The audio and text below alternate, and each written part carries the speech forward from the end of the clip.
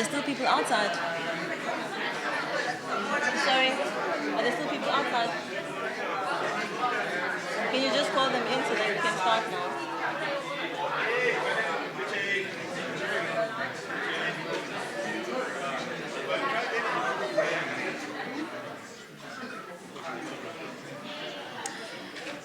Good afternoon, ladies and gentlemen.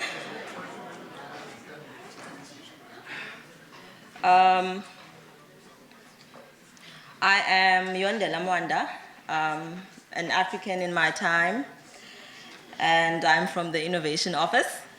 So I'm going to be facilitating the second session. I'm sure everyone's got water and everyone's ready for the next session. Dr. B, thank you. So basically, before we start, I'm just going to run you through what I'll basically be doing. Mine is quite quick. If we work together, we're just going to reflect, showcase the actual product from the office, and then we're just going to be launching. So we're going to start with the reflection, the reflective session. So I'm going to call Ms. Vyokazi Gwam, Mr. Lwandile Msimang, and Ms. Sinethezekile Mbanza. Please welcome them.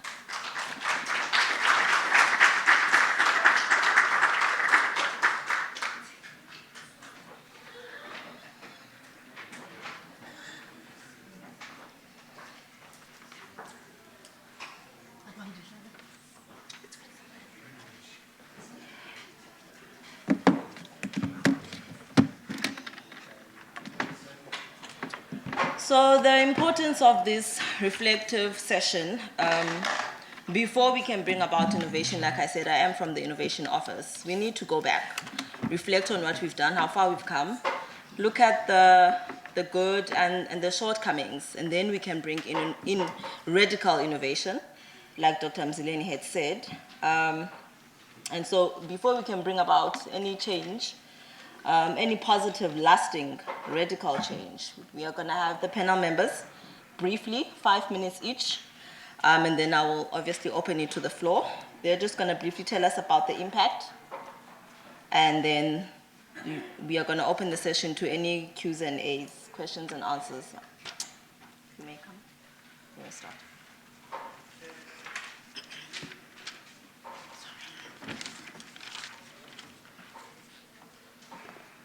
Good afternoon in the house.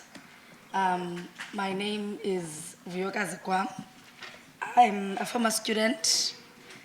I'm an alumni, of Nelson Mandela. I currently work for the ANC Parliamentary Caucus as a researcher, the detachment of the Chief Whip. And that, in essence, is part of the development of the university and this session, because I was first a researcher and molded in this university. And I was given platforms such like this to be where I am today and hopefully do exceptional work. So this is a reflective session. And I want to start off to say, Lwandile and I shared this platform. Was it 2021? And that was it, on the disastrous acts of the 1913 Land Act. And it was around Solplaatje. I mention this because the university went a process of name change and development in essence, to ensure that students were able to call their res by names that they understand and can have something to say by this person, Charlotte Maxeke, who was a woman and did this for struggle. I am able, as myself, to be appreciative of the change within the university. Now, I base this because Dr. Pedro was part of the process of the name change, who is part as well of the Nelson Mandela Convention. And in 2019, the theme was 25 years of democracy, learning from the past, making of the next years of democracy. Democracy comes from a Greek word, which is in two forms. The first is demos, which means people. The second one is kratos, meaning power. In all, it says the power of the people, the will of the people. That convention said the will of the students. It was saying we are bringing about 2019, the will of the students through this convention. The inauguration was in 2018, and we moved to 2022 to development as freedom, development as progress. A reflective session on the impact of the past of the convention. And I want to search reflective. And it says serious thought or consideration, which allows you to identify, appreciate the positive experiences and better identify things to change it. So, Dr. Pedro, I mentioned this of the name change because recently you were part of something that was about to destroy your future. In the university and within this convention, you were part of marshalling the name change through the 2019 theme. Development is progress, said the Dean, by Amata Sense. And reflective session says it allows you to identify, which means in development, if you are not progressing, if there's no interrogation of a progression of idea, you will not find yourself where you are almost losing your career. That is but one of the reflections of the convention. And lastly, as I'm about to sit down, Chairman Mao says to know the taste of a pear, you have to eat it, right? And I think with development, it is the same. Because it progresses. Whenever you find yourself stagnant, just know that you are not part as of yet of the development. And the convention, looking at it, is progressing and people like me, people like Dr. Pedro, people like Msimanga, we are part of a development, part of a progress. We are interrogating that idea. Lastly, the Dean of Students, once when I was going to a program in Pipe, young politicians, program for young politicians in Africa, I had said, you must, please, Dean man, assist me because I want to develop myself in terms of economics and understanding that. I wrote to him and asked for a laptop at that time. I did not have a laptop. And the Dean said, I don't have money for the laptop, but I will provide you with paper and pen to write everything that is there and equip yourself.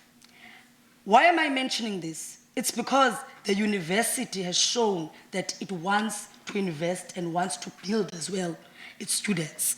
And that is also a reflection of the university trying to develop us in these spaces.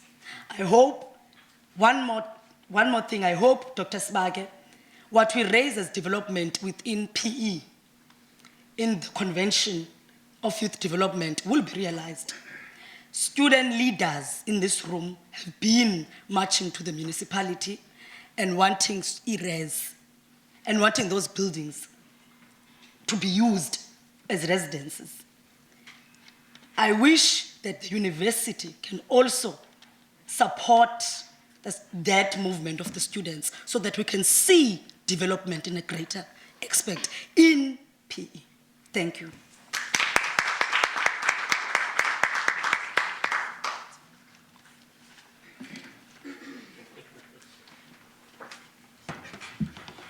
Thank you so much, Vuvu. You have helped me a great deal, colleagues. program directors have helped us a great deal as well. You just need to say protocol observed. Noting you, of course, acting Dean of Students. We are called to what I would share with Vuvu yesterday. This is indeed a mammoth task, to come reflect and count stock on what the previous 5 years of the convention have gave birth to, whether successfully or not. So by its nature, a reflection is a call to critique, counting stock, a re-evaluation, and charting a way forward. Very few people, organizations, and institutions, ADOS, take this time to check themselves. Because for us to be able to direct the next and project the next 5 years of the Youth Convention, we must have took time to think of the previous 5 years the 5 years gone. Of course, Uvuvu has outlined the focus area now in brief. Of course, the previous 5 years has sought to discuss the issue of youth unemployment, health and wellness, particular focus to mental health, quality decolonized education, youth entrepreneurship and employability, and leadership. But first and foremost, Doc, what we should then note, colleagues, is the departure from the inception to date of the speakers of the Youth Convention. In its inception, elders were called, of course, as the assumed or esteemed reservoirs of knowledge to come impart knowledge. But over the years, as the Youth Convention is progressing, we've seen a more representation of the youth actively partaking in forming discourse of what should be the change that we want to see as young people. So that is commendable. Yes, of course, we are not opposed to the idea of generational mix in terms of ideas. We are open to that.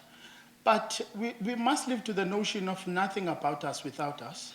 I think young people are capacitated to sit in platforms like this and define the issues that they faced with on a daily. So that is what we have been provided with. For many reasons, I'm of the view that young people are equipped to define the status quo and pave a way forward. Because as the oldies grow, man, they tend to be more conservative. Because, as Uchola would put it with DVC, they have a lot of considerations to make. They have debts, they have bonds to pay. So their revolutionary nature is extracted from them by the inflection of time, or as time moves on. But before we deal with then the nitty-gritties of the 5 years gone by, we must begin to locate this youth that is a center of discussion for this convention. We must at least attempt to define who is this youth. Is this the youth at a university in the Eastern Cape, in Summerstrand, where a majority of its students are NSFAS beneficiaries, whose student, their unfortunate plight is the scourge of unemployment? We must be able to contextualize even the location of the university itself, being the Eastern Cape, in Summerstrand, in a white zone of the Eastern Cape, where most of its students come from inlands, where by nature the dejected and black people occupy. So we must then put that in context. So what has then this convention done? Because theory must meet practice, colleagues. We must then theorize and get into a point where our theories meet practice. Of course, it has delved into the issue of unemployment, but through its programmatic work of the Youth Entrepreneurship Hub, we must comment that you colleagues, good work has been done to answer the question of student unemployment, which in turn feeds to answer the question of student hunger.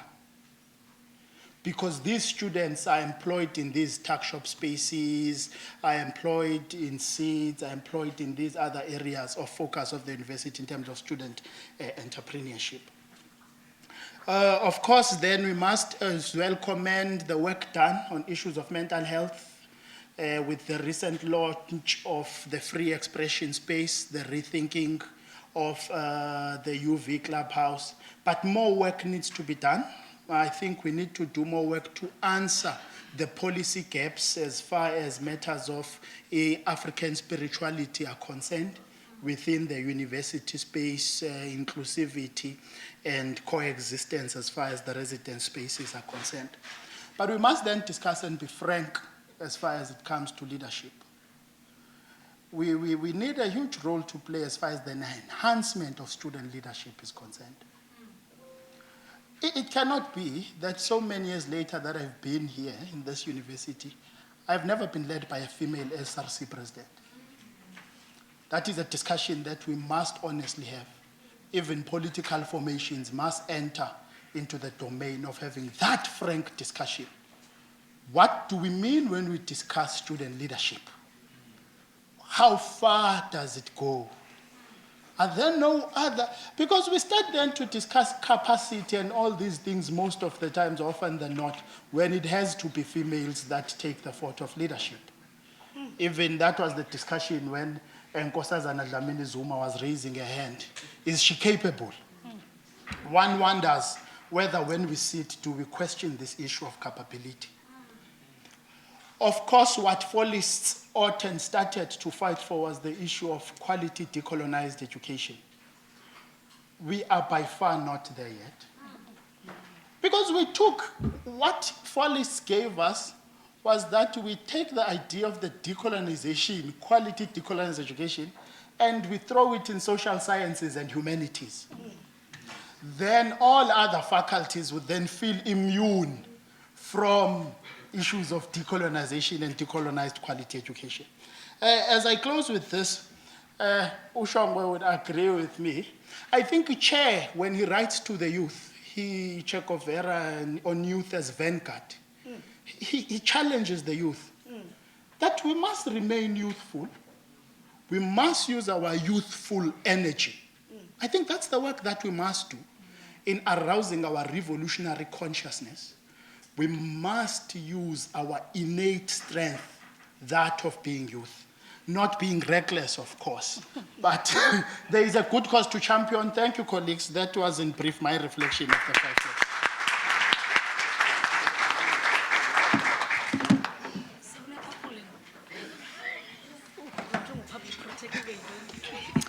Sanbona.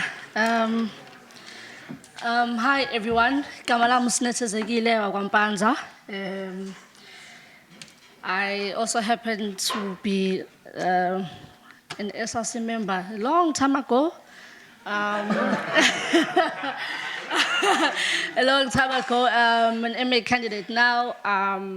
Yeah, and I was fortunate enough to be invited last year to the youth convention, and I was just sharing in the morning that the convention last year met 2 days before we lost elections, and now it's meeting, I think, a week after we've just won elections again. So I think it's a very good time for me to reflect. But I think that Rwanda and Vuvu have covered me a bit. But I told Doc in the morning that he has asked us a very big task, and we must commend looking at the VC's inaugural speech at the first Youth Development Convention, when she was speaking about how the aims to move towards a decolonized, equitable and inclusive institutions of higher learning.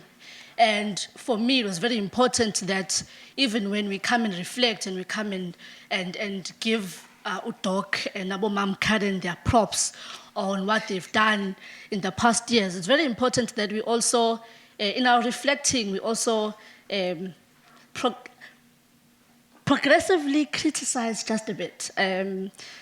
I come from a school of thought that likes to nitpick things, and I think that it's very important. And so we were sent a document with everything that the convention has focused on, and I think what I'd like to focus on is youth employability and youth employment. And I think that the convention has done such a great job in that part, especially with entrepreneurship and how everywhere on campus, the people that we see who are selling to us are people that look like us.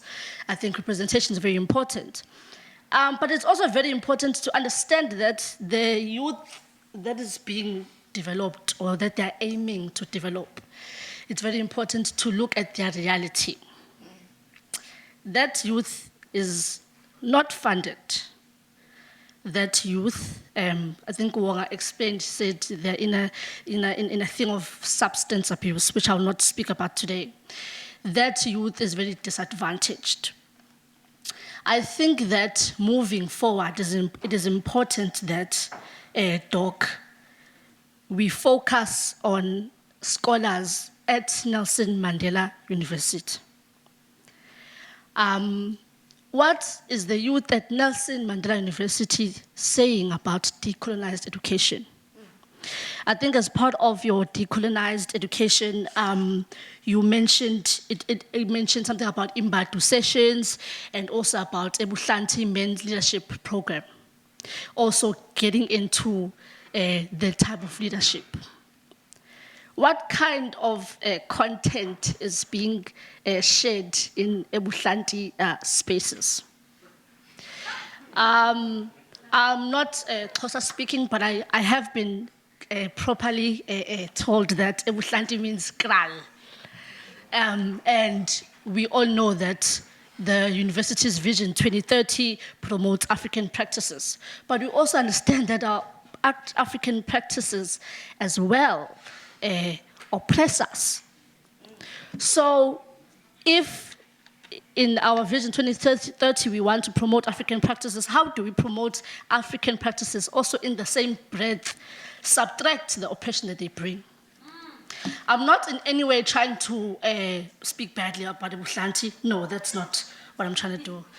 Of course, I come from a feminist school of thought, but that's not what I'm trying to do today. But I think that it's important that we apply intersectionality. When we look at intersectionality, it tells you that different forms of inequality come together, they intersect, and they form obstacles to each other's development. I think that the breadth here throughout today, everyone was speaking so highly about employability and entrepreneurship. People are very excited about it. But also, it's very important that we understand as well that what is happening with decolonized education. What are postgraduate students at Nelson Mandela University, what do they think about decolonized education? What do they think about the kind of content that goes on in Imbatu sessions and also Ebuhlanti? And I think that it's very important that even when we look at entrepreneurship, we think about how that can help unfunded students. Because the youth at NMU are unfunded postgraduate students who are either stuck in their courses or they fail or they struggle to register at the beginning of the year. So I think that it's important that when we look at the past 5 years, we also look at how, on who the youth is and what their realities are, and if those realities are matching what we are reflecting about today, and if those realities are what the university is responding to. Because it is very important that we understand that each and every student that comes into Nelson Mandela University, the university is accountable for that student. It's accountable for how they think, for what they say. And so in reflecting, I think that it's very important that we also think of intersectionality, outline the struggles that are intersecting in our youth spaces, and also try and tackle them. Thank you so much.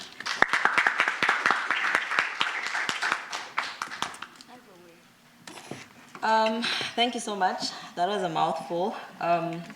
Basically looking at the Youth Development Convention, how it covers different thematic frameworks, and actually having people actually reflect on how far they've come, how far the convention has come, and improvements that we can make. And basically that is what a reflection is, to actually go back and to look at the impact before we can actually innovate, like I had said. And before we can actually invite innovators to look at what are we innovating, what needs innovation.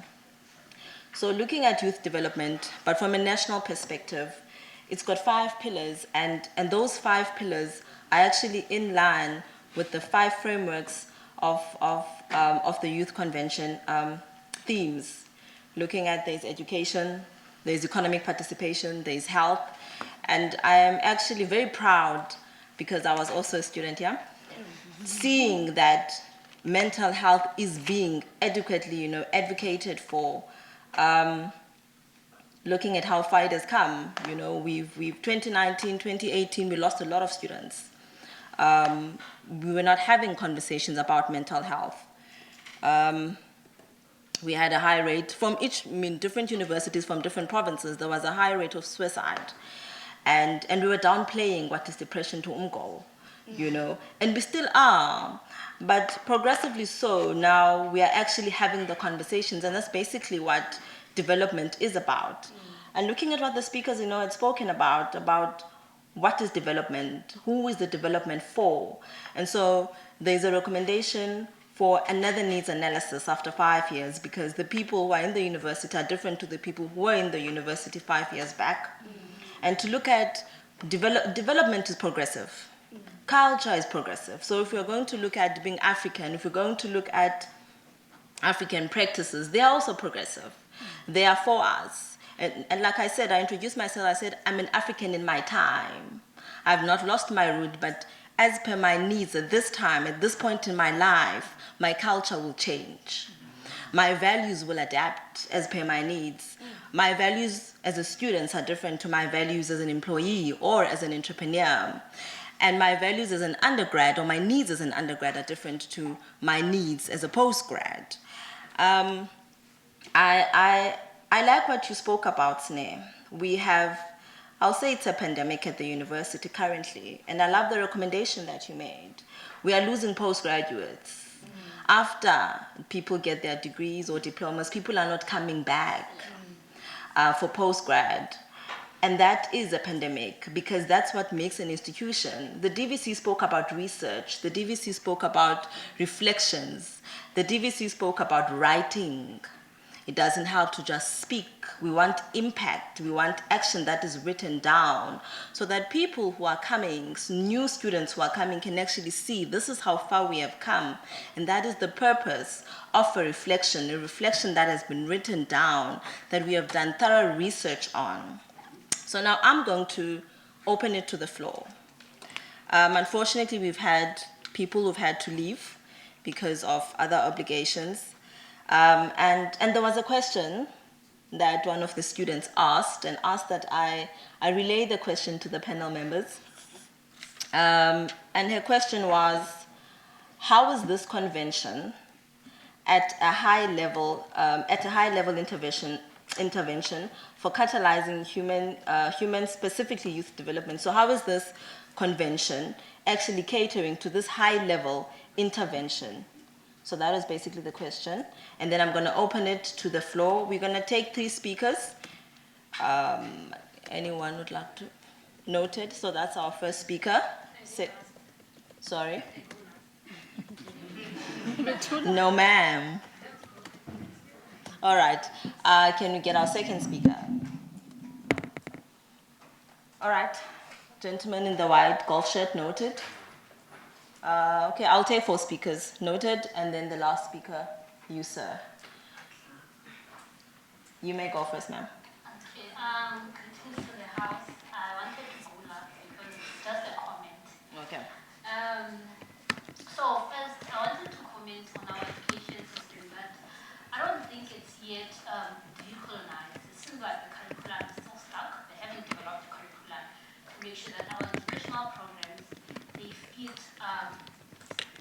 fit with the workforce needs.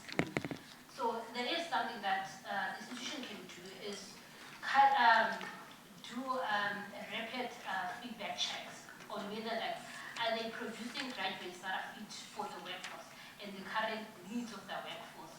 Because if you say there's a high rate of unemployment, does it mean that there are no opportunities at all, or does it also mean that some jobs can no longer take the current graduates because the curriculum is still based on the old days? So what are we doing to train our graduates to be fit for the workforce needs? And also, what are students benefiting from our relationships as an institution with other organizations, such as, say, for example, women empowerment organization that we have under law students, we have SAULA. So what are law students or law female students benefiting from those organizations? Because I know we have a relationship with those organizations. what happened to graduate placement programs? And then my second comment would be on women in leadership. In as much as we say, most of my colleagues, they will say when a woman applies for a position in leadership, they'll say, I'm capable. So how am I going to be capable if there's no space for me? So how do we empower women to be involved in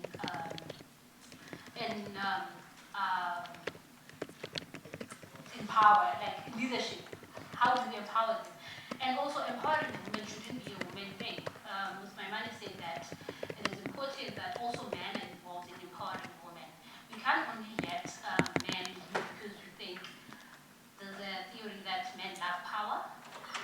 But in my race recently we had a house combinations and over 28 women applied and only 11 men applied to be in that position. So what does it mean that only men have power? And also this institution, it has like way a lot of women than men. So we do need women in leadership, but also we don't need women to balance gender. We need, yes, capable women. But how are they going to be capable? They need to be in those spaces and they need you guys not to sexualize and object them.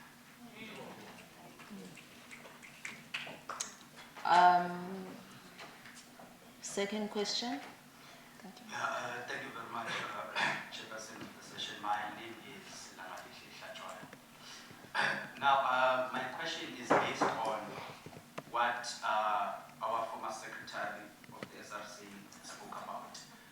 Then the question of some African practices are deemed to be oppressive in nature.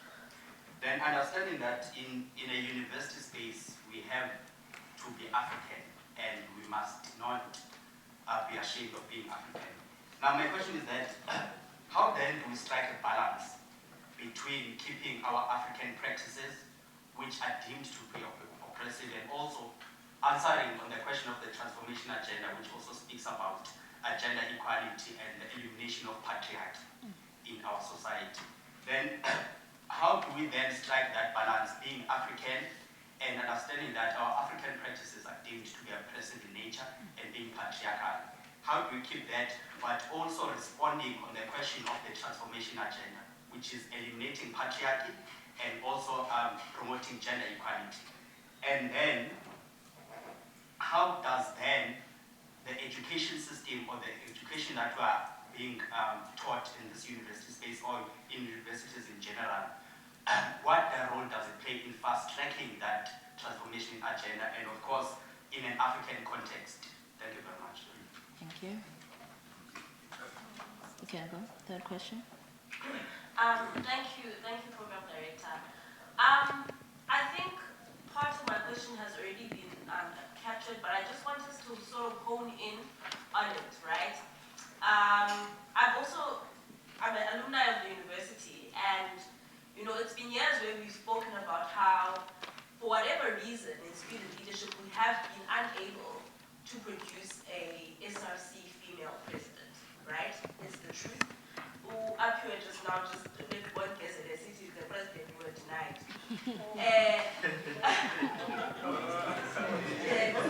No, outside of that, I'm coming to the fact that we speak about gender, we problematize it, it's the truth, right? The leadership is patriarchal. But then how do we center the gender agenda in a practical way in student leadership, and how does it look like? Because it's good enough for us to acknowledge it here and say, truthfully, there's a problem, and there's been a problem for years on here. But then how do we center the gender agenda? Part of this convention, I think one of the things that we could come up with is, how do we intentionally set up systems to create conducive environments for women, not only to fill up the gender quota, but really to occupy the space? How do we do it practically, and how does it look like? That's the question. And the last question. Thank you, Chair. My name is Reaffirming from Rhodes University. It's actually a request for clarity from Ms. Mbanza. You mentioned that moving forward means focusing on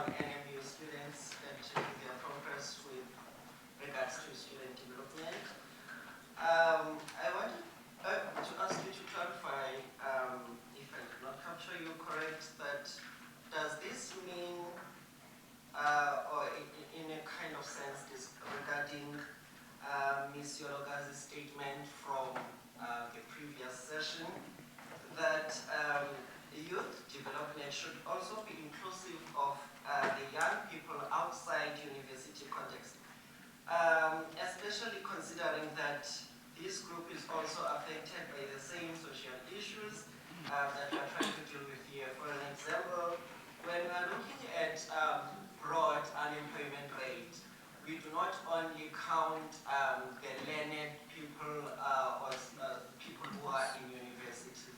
We also count those who couldn't be in tertiary institutions. So I would like clarity on that. Thank you. So basically, just to cover the 4 questions and statements, decolonizing education, how are students being prepared for the workforce, integrated learning, placement programs in place, and then we had Ulithe, striking a balance. I think that's quite a very interesting question, striking a balance between being African and still being considerate of gender equality and patriarchal practices. And how do we do that in this institution and in this age and time? And then we had, what is the role of the university in transformation? And then we had student leadership, women in leadership. So how can we set up practical systems in place to actually empower women as student leaders and as women? And then lastly, we had a question for Osine. Would you like to take that question first, or should we go in order? Can I just take all of them once? All right, not a problem. Should I stand? You may start, thank you. Just here. No, you can sit down, it's fine. Okay. Okay, now audible. Thank you for the questions and the comments. I want to start with the last question that you asked. I think that when I spoke about moving for NMU students moving from decolonized education, I was quoting what the VC said in the inaugural speech in the first youth convention. And the reason why my focus was on Nelson Mandela University students is because I think that if we are equipped on campus, we are able to then share that information with our communities. Because, and me saying that, this does not mean in the same breath I'm saying other people from the communities must not be empowered, or the convention must not reach out to them. I think that I was just zooming in because if it's a Nelson Mandela University Youth Development Convention, then I think the first place that we're going to look is the youth that we have on campus. And I didn't get Buti's name, sorry, I didn't get your name. Ooh? Langa, okay. So your question was about African practices. I think that African practices are oppressive and they can be harmful to us Africans as well, but also I do not think that it means that we should do away with them. What I would suggest would be to promote content that does not have misogynistic attitudes. Because there's nothing wrong with men gathering at plant. Nothing wrong. It's who we are. It's who we are, umuntu, right? But the problem is when the content that is shared is filled with misogynistic attitudes, right? So, okay, wow. So I think that if we were to promote content that does not have misogynistic attitudes and also promote our African practices, then that would make sense. And I think Ms. Jubase asked about how do we practically empower women. Also, when I clubbed it together with Usisi's question about female SRC president and women contesting the spaces.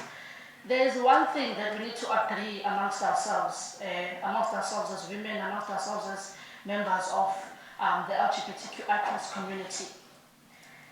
We need to read and we need to apply what we read. It goes back to political education. Very simple things. The reason why today people have a distorted analysis of what feminism is because Nizwa Ulandile at yeah, I'm a feminist. You will know they're calling for men at church.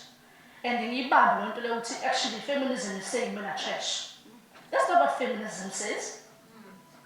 So if we start there by practically reading and applying it and understanding what Diana Russell meant when she first defined femicide, what Prof. Pumla says when she speaks about female fear factory, what the content says, not what we think it says.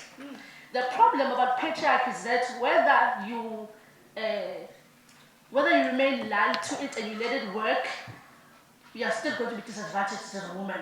And whether you interrupt it, you still get disadvantaged. So that's why there's this notion of a distorted analysis of feminism. Feminism is the only theory that people don't even analyze. If we were to ask someone in this room, Uguti, how far did you get? Which part of feminism did you not understand? Is it African feminism? Is it postmodern feminism? Those are two. But let's now all gather and speak about Marxism. Everyone's hand is going to be up. Exactly, it's not the truth.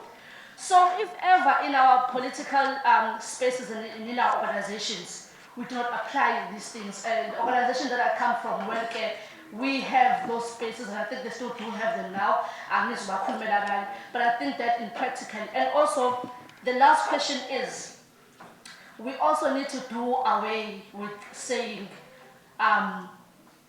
when will women be given the platform to lead? Pre-1994, I don't think the comrades who fought at the time were negotiating in that manner. When the policies were failing, they went and they created MK camps. So I think that there's a very radical form that we need to take as women and as members of the LGBTQI community, because patriarchy oppresses everyone who is female and everyone they deem as female. So I hope that I have answered everyone's question. Thank you.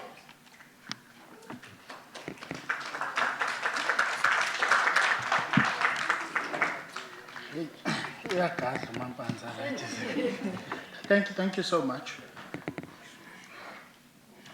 Jupes, to be honest and frank, we cannot center the question of women-led SRC or female-led SRC around the notion that there must be a preparatory class for that female to lead. Yeah. I think if we begin it from that premise, we're beginning it from a very wrong and negative premise. Because whoever has the task of preparing that female will cause a difficulty for that female to lead peacefully in that SRC. I want to add on what Sine finishes with. Whenever a male is to be regarded for a position, there are bosperats that sit. Bosperats. In all these organizations, there are bosperats that sit in certain corners and then define what do we need, and it is Luandile that meets these demographics. Often than not, Luandile was not anywhere during the course of the year, volunteered nowhere. But when we must cut the cake, that should be a wrong premise. Because we will stand then to retard women agency. We will retard it and delay it. I think the foundation for it all, we must organize ourselves. Everyone who believes in a female agenda, even men, we must organize ourselves progressively and say the time is now. All these organizations, by the way, on campus suffer from the same syndrome. I said to one comrade of mine, I said, the mere fact that you are sitting for more than 20 minutes to say, when we discuss notable females in an organization, who are those females, that is problematic. It's problematic. We haven't done the work, colleagues. I think all of us must do the meaningful work. And for me, simply Chimamanda addresses it in We Should All Be Feminists. It answers it all for me. we discuss a decolonized curriculum, we get into the debate of the nitty-gritties of what is taught in class. Whose narrative are we fed in class? Who are the authors do academics run to? I used my departing point purposefully to say this discourse of decolonization, we threw it in humanities. Then we said, where do we start when we want to decolonize the law? We said that. And when we couldn't come with the answer, we took Dr. Mzileni, the ethos of humanizing pedagogy only, and didn't want to move forward with the meaningful work. Hence, you are left with very regressive sources that you rely on. And you must cite them. If you don't cite them, you're going to get a 0.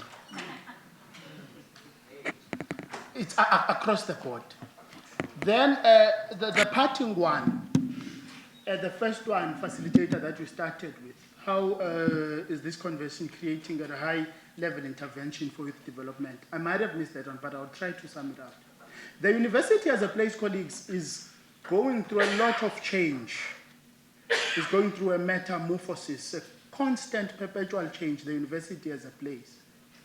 I think Primesh Lalu tries to clarify this constant change when he asks this question, what is the university for? Where am I going? I'm not arguing that NMU is immune from the crisis the university as a place is finding itself under. But I hold the view that Mandela University has tried to take a posture on the current crisis the university is faced. It has said, we want to be a dynamic African university recognized for its leadership in generating cutting-edge knowledge for a sustainable future. And that knowledge, that which we produce as a university, must be a knowledge that is in service to society. I think for me, this convention shapes that throughput of the university to go play a meaningful role in contributing to the solutions that society is faced with. I think I must end it there. Thank you, colleagues. Thank you for the questions. I want to start with the one of gender. Udin said today, the issues here we're dealing with in education should be as simple and easy as possible, because we know that there's lack of funding for SINE. Let's fund SINE. There's this problem. Let's fix this problem. Similarly to gender and what women are facing. You know, when we deal with previously disadvantaged groups, race, disability, women are also there. We know that black people must get to certain positions, must, just like white people, be at a certain level. And we are given that equality, but we are not given the equity. I'm tired of this question and whatever, and we need to do these things practically, because we know them and we know how it's done. We've seen capable women. We know their work, but we have not reached equity. Just like how white people know that black people are capable, but they'll forever question them when there's a position of a CEO. Right now, we have a black public protector who's a woman, who's black.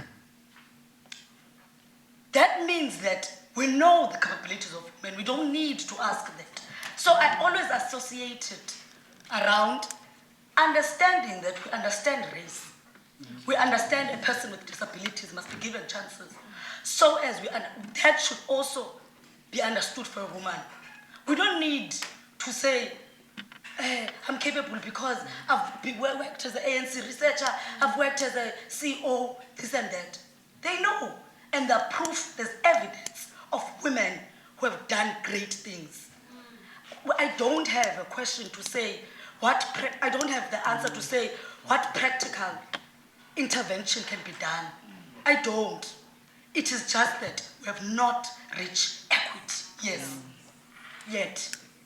And then the second question around how, beyond the university, how is the youth benefiting from this convention? The acting dean, Doc Sparken, says that they've created within the university a student economy on campus. And Doc, an economy must be able to create inclusive growth beyond the university.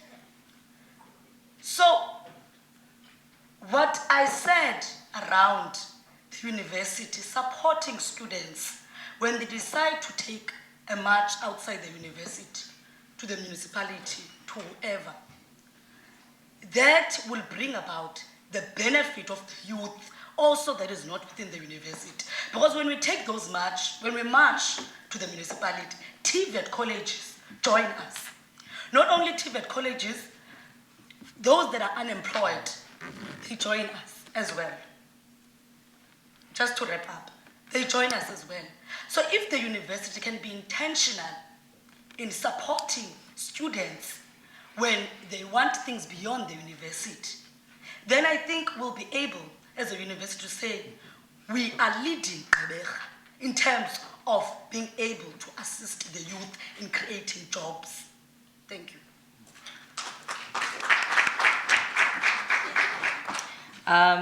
Thank you to our panelists. I'm going to call upon Dr. Sebake to come and gift our panelists, and may we kindly give a round of applause to our panelists.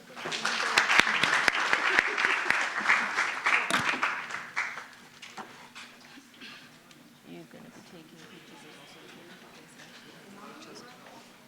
They're taking pictures? Must we leave them? No, just hand over. Okay, great. Then you're gonna take a picture with them. Just no, all three of you.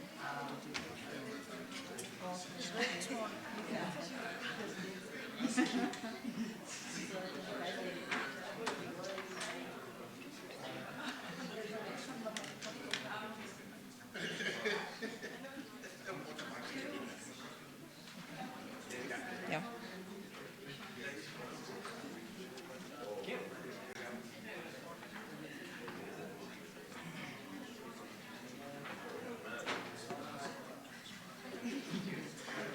Thank you so much. Thank you.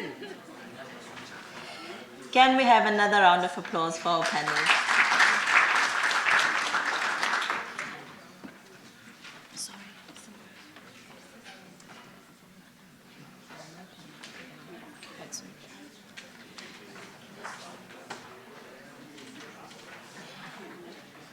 You guys ready? Okay. So now we're moving on to the next session. We are going to be showcasing a Catholic Projects Discovery led by the Madiba's Youth Lab. May we kindly welcome Mr. Ngabachali and Ms. Yamkela Mlengana. A round of applause, please.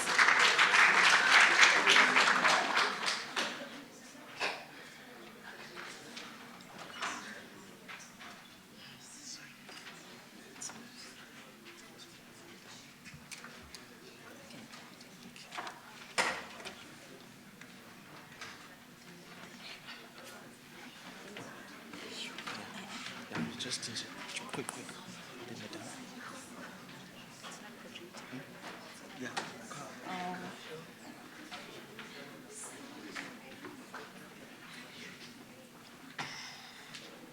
Want to be as brief as possible.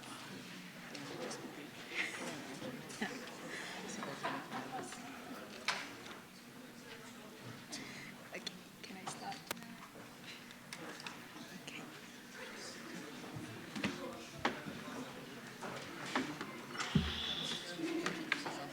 All right.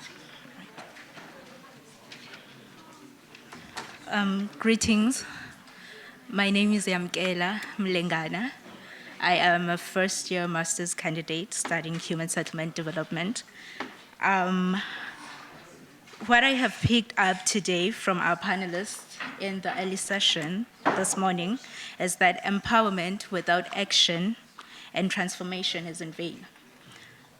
With that being said, we as Green Gen Nexus would like to thank the Student Life and Development for their beautiful initiative in ensuring that we are not only empowered, but also using education as an instrument of transformation by allowing us the opportunity to put our thoughts into action through the Madiba's Youth Lab.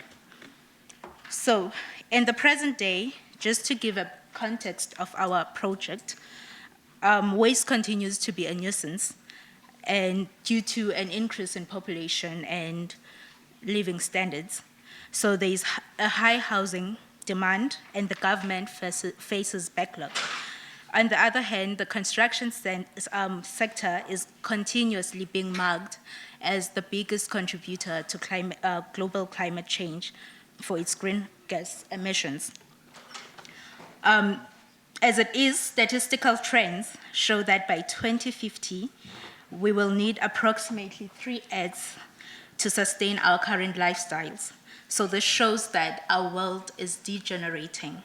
So as Green Gen Nexus, we're bringing an innovation that addresses these challenges holistically by developing an innovative brick to reduce waste sent to landfills, mitigate climate change, and offer sustainable solutions, while fostering a culture of innovation and social responsibility. So our innovative brick contains 40% recycled plastic, 20% glass, and 40% of sand and cement. My colleague here will cover the rest. Thank you very much. Afternoon, everyone. My name is Unaba Chali.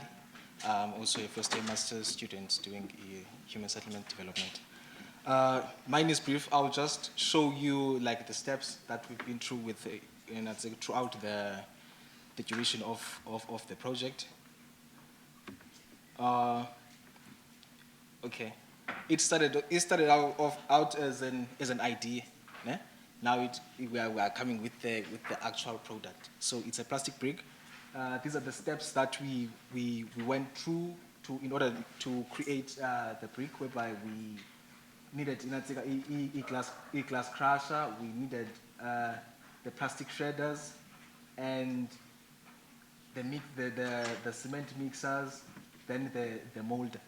Since we are starting up, we did not have all these tools to create this brick that we have, so we found ways, maneuvered in order to find ways to create the brick that we have. We do have it with us, yeah? So it's a plastic brick, and it's a brick that is fire resistant.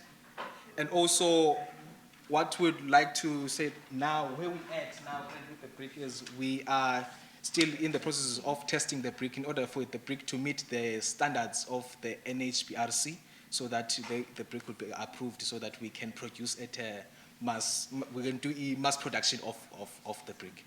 I think that will be it now. If we can just show you the brick, then we are going to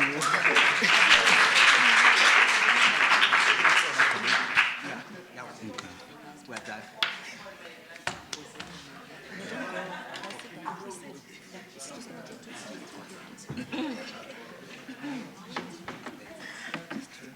Nothing major.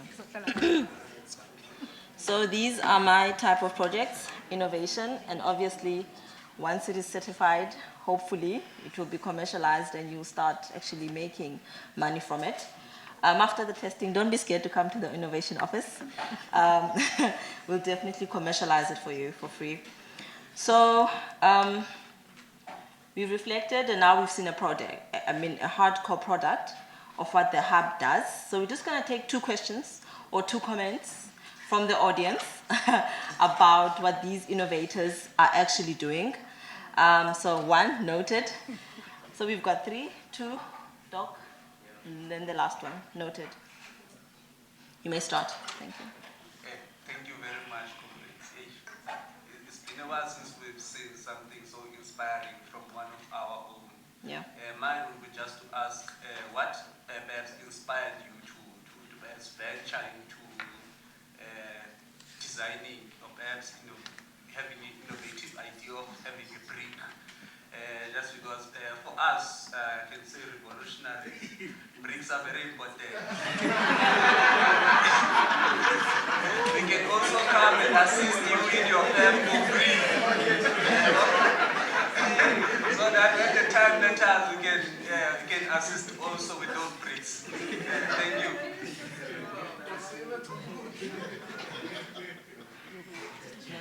Okay. Are you captured? Okay, to answer your question, we are people who are within the human settlement sphere. So we have noted the housing crisis that our country has. Now, our facilitator spoke of bringing up innovative solutions for something. So we are bringing up an innovative solution for the housing crisis that we have in the country. Because we want to have cost-effective housing so that people can have like proper housing.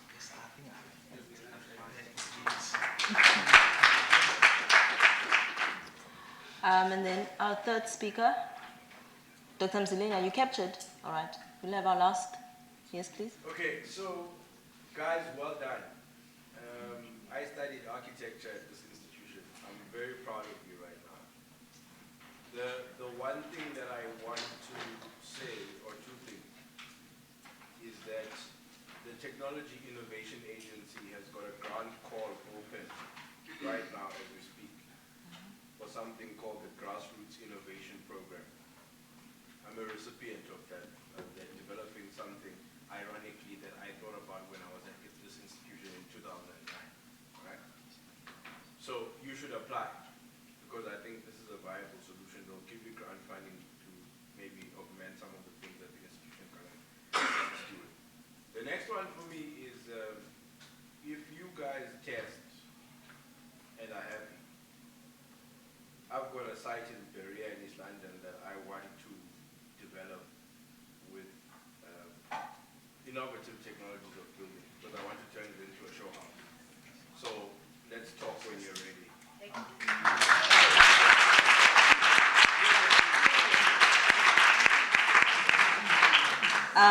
This is exactly what such spaces are for. It's not just ideas or just research, it's actually implementation.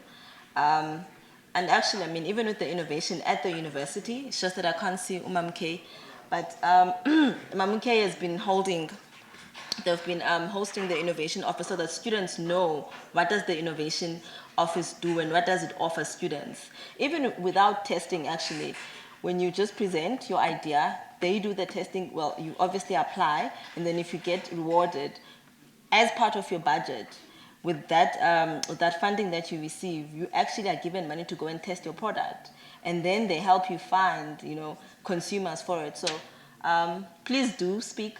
Chair, there's something that I almost forgot that's very important. And I think someone mentioned that they studied human settlements development or whatnot. Yeah, they did. Okay, I mustn't let this one go because it's a challenge. Uyonela Mashallah, I like speaking about this in public platform. There was a degree created here in human settlements development, right? And there was a bursary scheme. And a lot of those students struggle to find work after they graduate. So these are the kinds of pathways that they should be taking. But also, as someone who works in the infrastructure space, what I've observed is that there's been an explosion of people we call social facilitators in these projects. None of them have the expertise that you have, right? So we'll build a school in Mount Fletcher, and then this person will be a social facilitator working with the community during the course of that project. We need someone with your qualification in a space like that, not someone who was a school teacher, who knew someone who knows how to tender and found themselves as a social facilitator. Because it's that development outlook that's missing when I sit in those meetings, right? So you're not necessarily going to get a formal job because you have an HTS degree, but there's an entrepreneurial landscape out there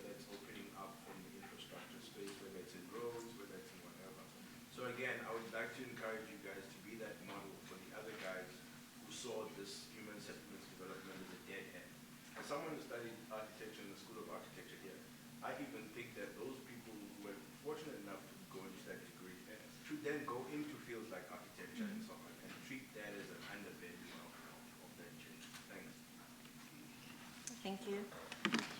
Please give them a round of applause.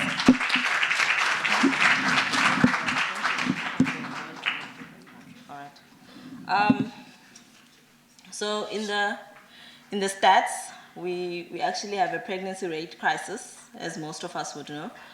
And there was research that was being done to look at what is the cause of high pregnancy rate in South Africa with, I'll say children because they're quite young, ranging from 10 to 15 years old. And there were 3 reasons, 3 reoccurring patterns. It was peer pressure, it was self-esteem, and the last one was house size. Now I'm going back to infrastructure. Mental health will obviously cater for the 2 reasons, but I never thought, how can house size play such an impact on children? The houses or the RDP houses that are built are too small. Our families are large. African families have always been large. It's not a new thing. And to actually have innovators, African innovators in this time who are taking waste plastic. In our country, we are known as the plastic capital. That's our African flower now, because plastic is everywhere. To take waste and to actually create something out of it, something that is innovative, where there is actually a need in terms of housing, and to actually commercialize it, I think you guys will go very far. And I'm actually quite inspired by what the convention is doing to actually hub such innovators. So it actually shows that we are progressing and that there is impact in this youth development. So moving on, I'm going to call upon Dr. Sebake to come and just introduce briefly the launching of the think tank, even though the DVC said we should do away with it, but rather the Youth Development Strategic Advisory Committee. So he's just going to brief us on what it's about, just briefly. Over to you.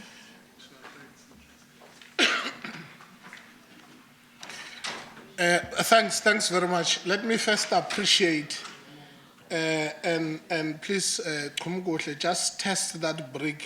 Just hold it and test it. No, I'm happy if you have done that. I think this is the beauty of really the change that we planted in the work we're doing. I mean, if you compare what we are doing now and what was happening before 2018, you'll realize these are total different programs altogether, and they are purposed intentionally to address the concept of development in its own totality. It's not us who said students must design a brick, it's them. So liberate your own agency is exactly what we are talking about. And I'm happy when we talk about the convention being a one-stop house. I mean, this is just an ecosystem just in front of us to say, by the time you are ready, let's talk about something that can make you entrepreneurs as a start. Thank you very much on their behalf. But let me get to the reason why I are sent here. In last year, we crystallized a thought process of having what we call advisory. We set advisory council at some point, we set advisory committee. But all the idea was to bring people who come from various walks who can impact on the work that we are doing. And these are the people who are independent, who are just going to interrupt us if we are not going to do what really fit in the outer space and drive the economy in a direction within the dynamics that may be emerging at the time. So the name think tank came into the picture and say, let us scout for people who understand the work that we are doing, and these people should be somewhere in the space of youth development. And then we have identified the following people. I was given an envelope as well. I'm opening it fresh in front of you so that you shouldn't say it's my own committee. I was given an envelope, I'm unsealing it. I'm just going to read their names or read the way it is. They are as follows, and if you are in here, because I think I see some here, just raise your hand so that the audience or the colleagues here can be able to see you. I'm going to start in no order of preference, but the order that is here on the paper, so that it's not me. Ms. Saram Gwebo from the Treasury and the OR Tambo School of Leadership. The people who gave me this list, they said to me they've inquired with them whether they are available to serve in the committee, and they said, yes, they have signed to say they are serving. I hope it's so. In absentia, Mr. Lufefe Mgudu, is a regional manager, but from the NYDA, Olape Bai. He emerged from this institution as well as an activist. Let's give him a round of applause. Followed by Mr. Wandisile Sibeso, who's from Bito municipality, and he's also a social activist.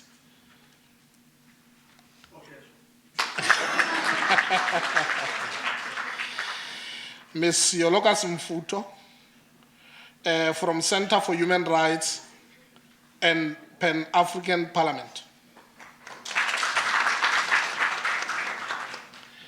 Mr. Papama Ngandi, BMF Young Professionals in the Eastern Cape.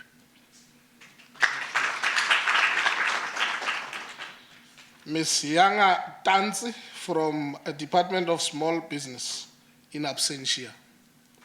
Yeah.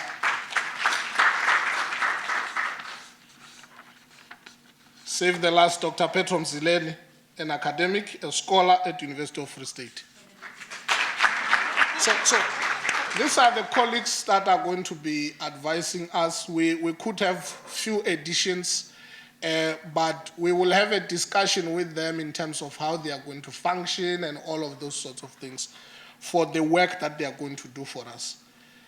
I'm handing this in your hand. Thank you. That's the instruction I was given. Thank you so much, Tom. So before I hope you guys are ready to ask them disruptive questions. Don't be scared. It's a safe space. Firstly, congratulations to them. And before I call them, I'm going to briefly speak about youth development in 2023. Nationally, there's a new director. She's a female director, a product of the university, specializes in infrastructure as well. Ms. Babala Nkwenja, she was recently appointed as the Youth Development Director. Youth Development hasn't had a director in years. There's always a deputy director, but there hasn't been anyone to actually lead. And basically, I think it shows us that there is a misunderstanding of what youth development is and what it is about. And as the first panel from my session had spoken and advised that we need to actually look who is the youth before we actually dissect the challenges that the youth faces. And in their policy, they speak about 5 challenges that have been constantly, they also have a Vision 2030 like we do at the university. They look at the high dropout rates and low entrepreneurial spirit from a national perspective now.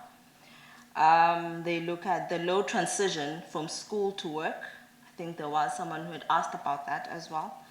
And then obviously the endemic and structural youth unemployment, and obviously poor physical and mental health outcomes. And I think with those challenges that the national youth, South African youth is struggling with, it basically goes in line with the 5 thematic frameworks that this convention has, because it has leadership, decolonizing education, looking at health holistically, but mainly focusing on mental health as well, looking at entrepreneurial skills. So I'd like for us to give a round of applause to the incoming committee. Please do come. You guys may come in front.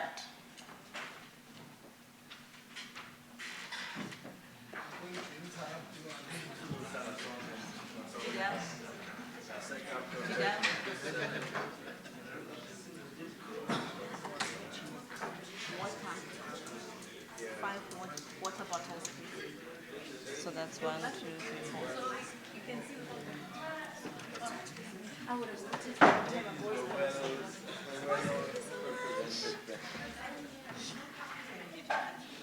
Are we sitting?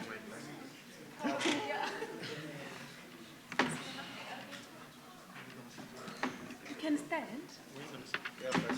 Oh, facilitate. No, they can stand. You can stand. Sexist sort of.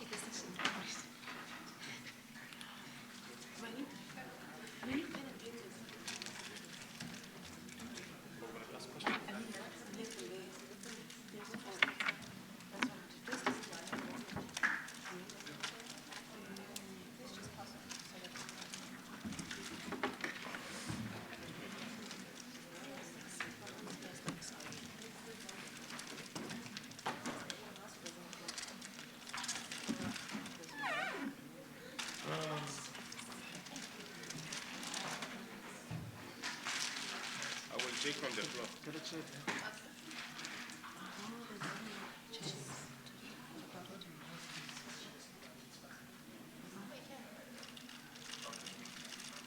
But there is no mic.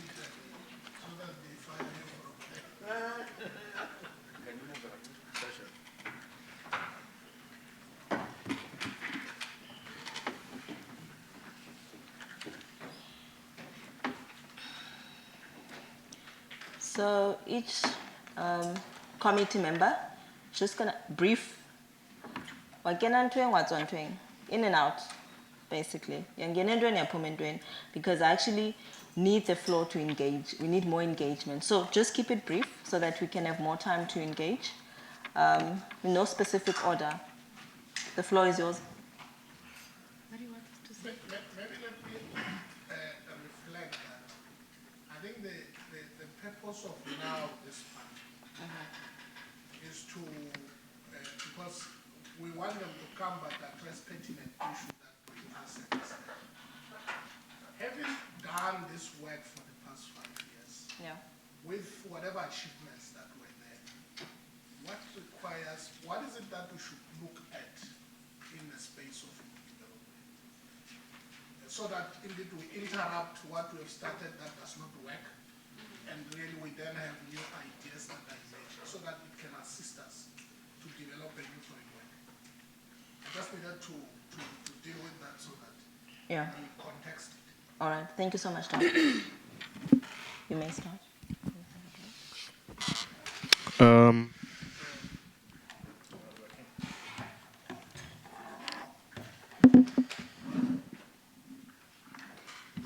Thank you very much, Dr. Selvage, and good afternoon, comrades, colleagues, friends, and also good afternoon to members of the advisory committee and also to the chairperson of the session. On my side, I have two suggestions or two ways forward that I would like to hear from the floor what you think. Number one, I'd love to see the youth convention taking place outside the university.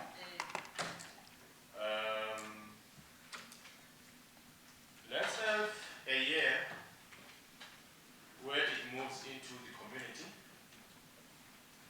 and we can have direct conversations with a variety of young people involved in business. Could be artists, young entrepreneurs, those also who are in the emerging middle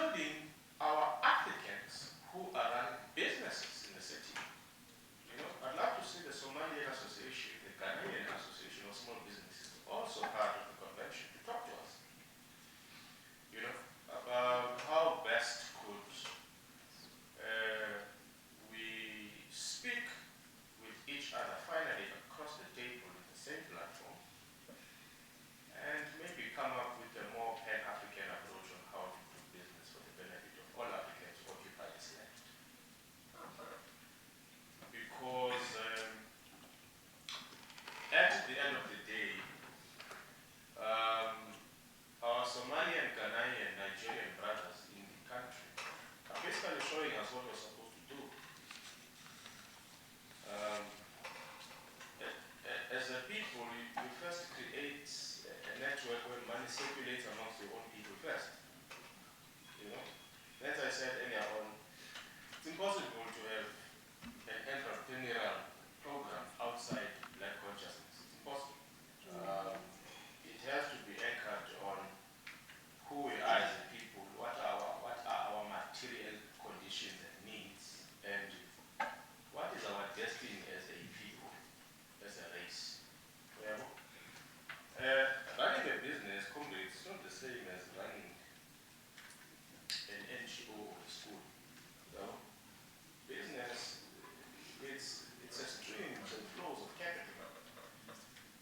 And that terrain must be guarded, therefore guarded with jealousy. You see, in white suburbs, pure design, here in Somerset, no matter which business opens there at the Somerset village, Pick and Pay will never die. It will never die.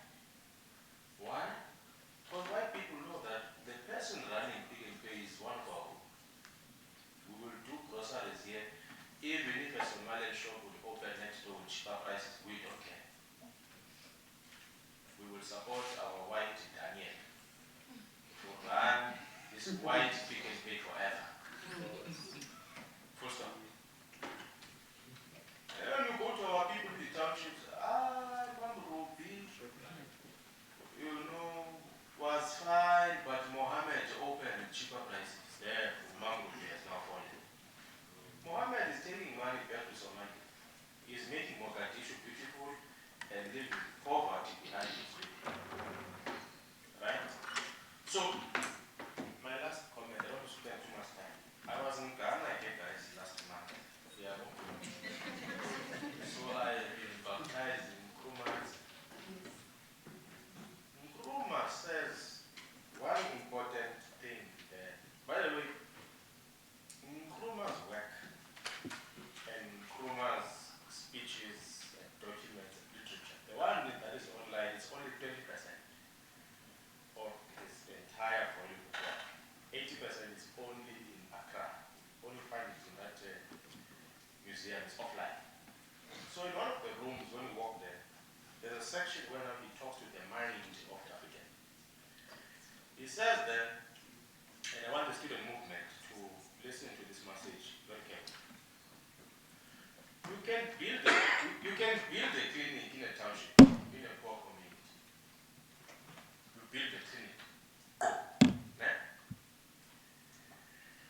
If the minds of the population in that township is not cultivated and prepared in terms of what it must now do with this clinic, that community will destroy that clinic.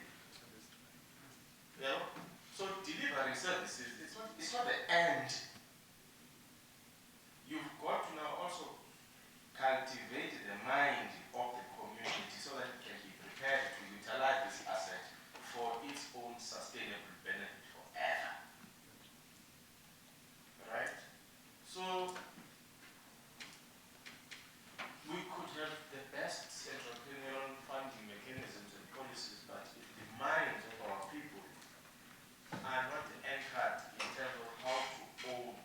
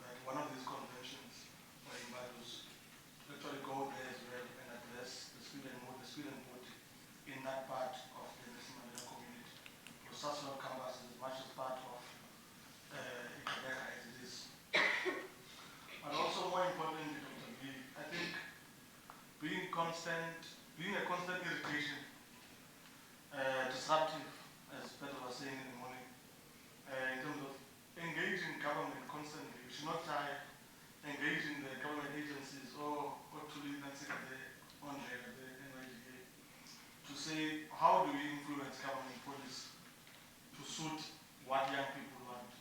So that becomes a bottom-up approach as opposed to a top-down. But I know youth development will give you this, will give you that, but young people must influence the macroeconomic policies of government at a more senior level. Because now, if you look at the issue of unemployment, really, we were talking about this paper yesterday. You know, we export our raw materials without value. They go to be processed somewhere else, they create jobs somewhere else, then they come back as finished products. Now we're consumers. And I'm saying it's not natural, we cannot accept that. We must dig them up and process them here. So these are the kinds of conversations that I hope colleagues will help me and others, spearhead in the committee and infusing it to Dr. B and others. In a nutshell, thanks.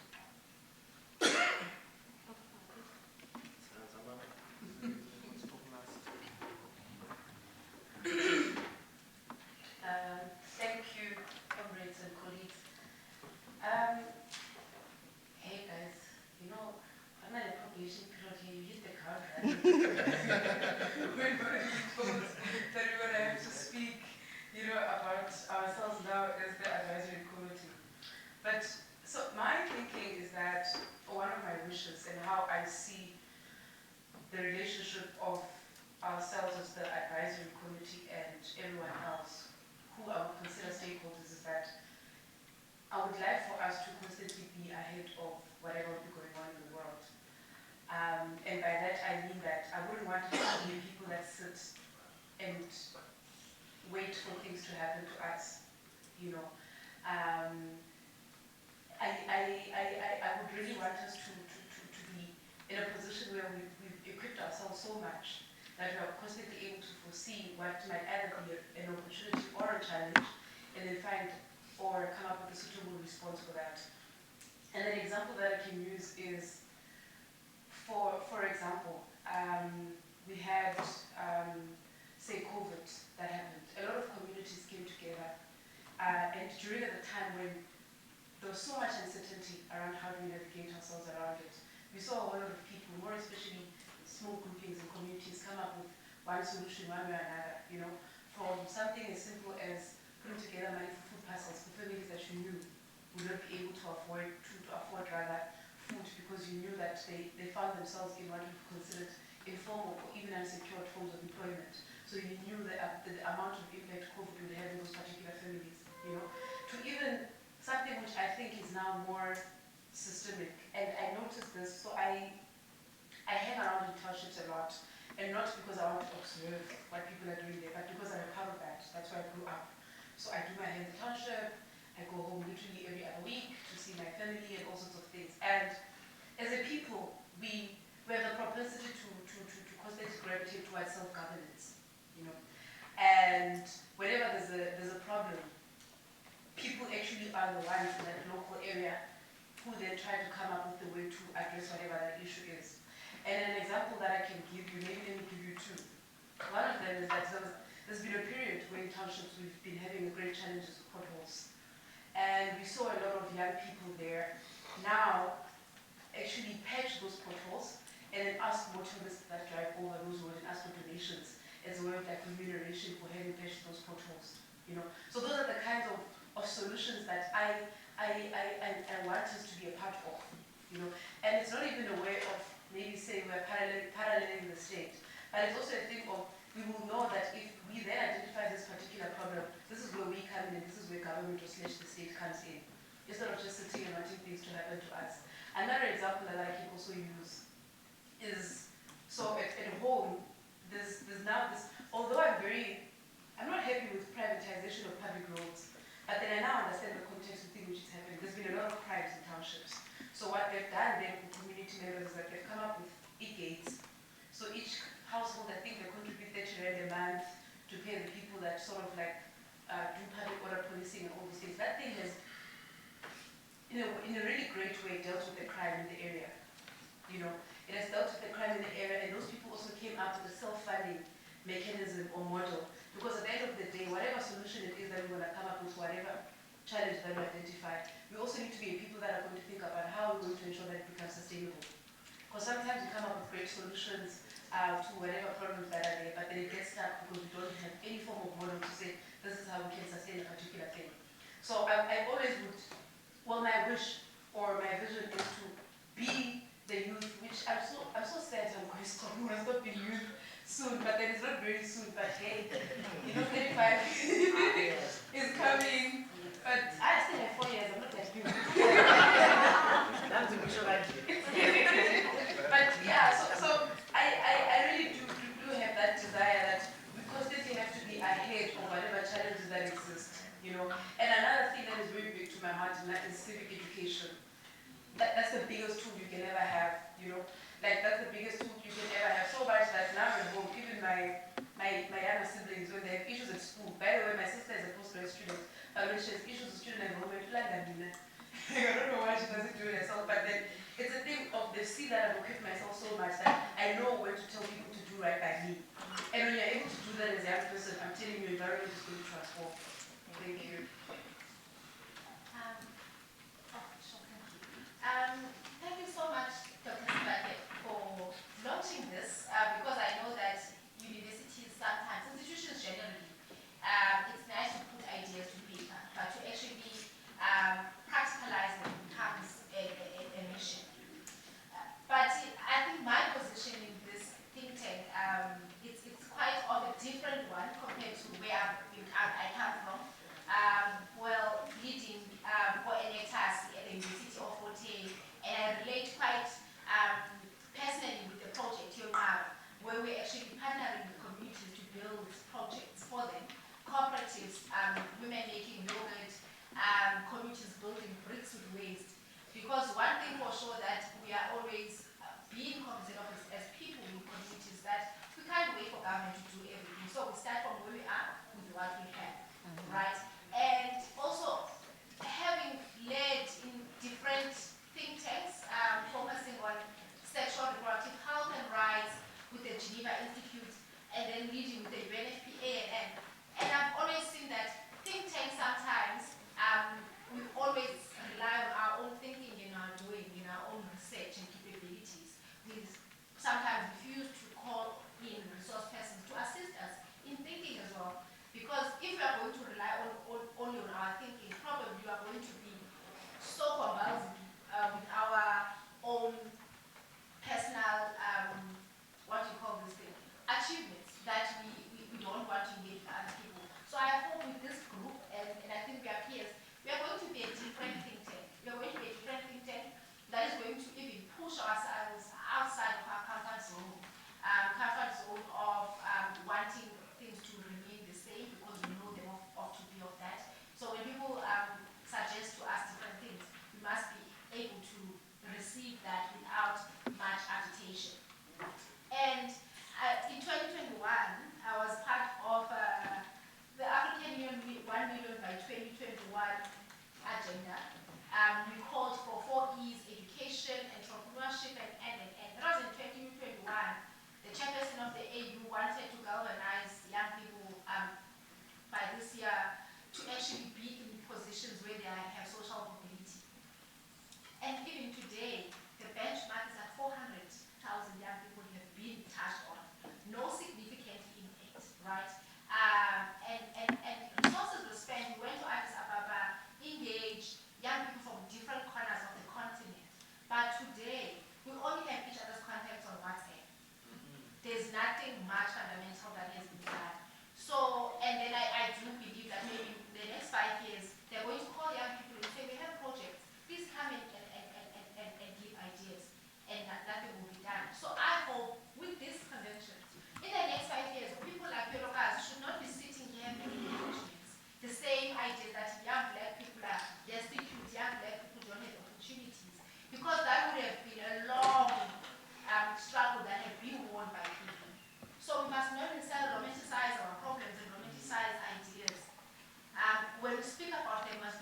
potential in making practical, intentional ideas, but this is going to happen whether I'm there or not, and the ideas must not be attached to our waste. When Eurobus is not there, things can't be done.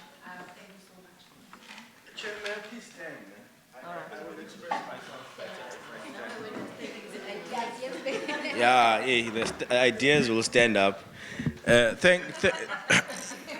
Thanks for the opportunity, Doc, once again. I'm just going to make a few points. The first one is that you will have heard that there was this recurring theme, Yoguti, South Africa is a failed state.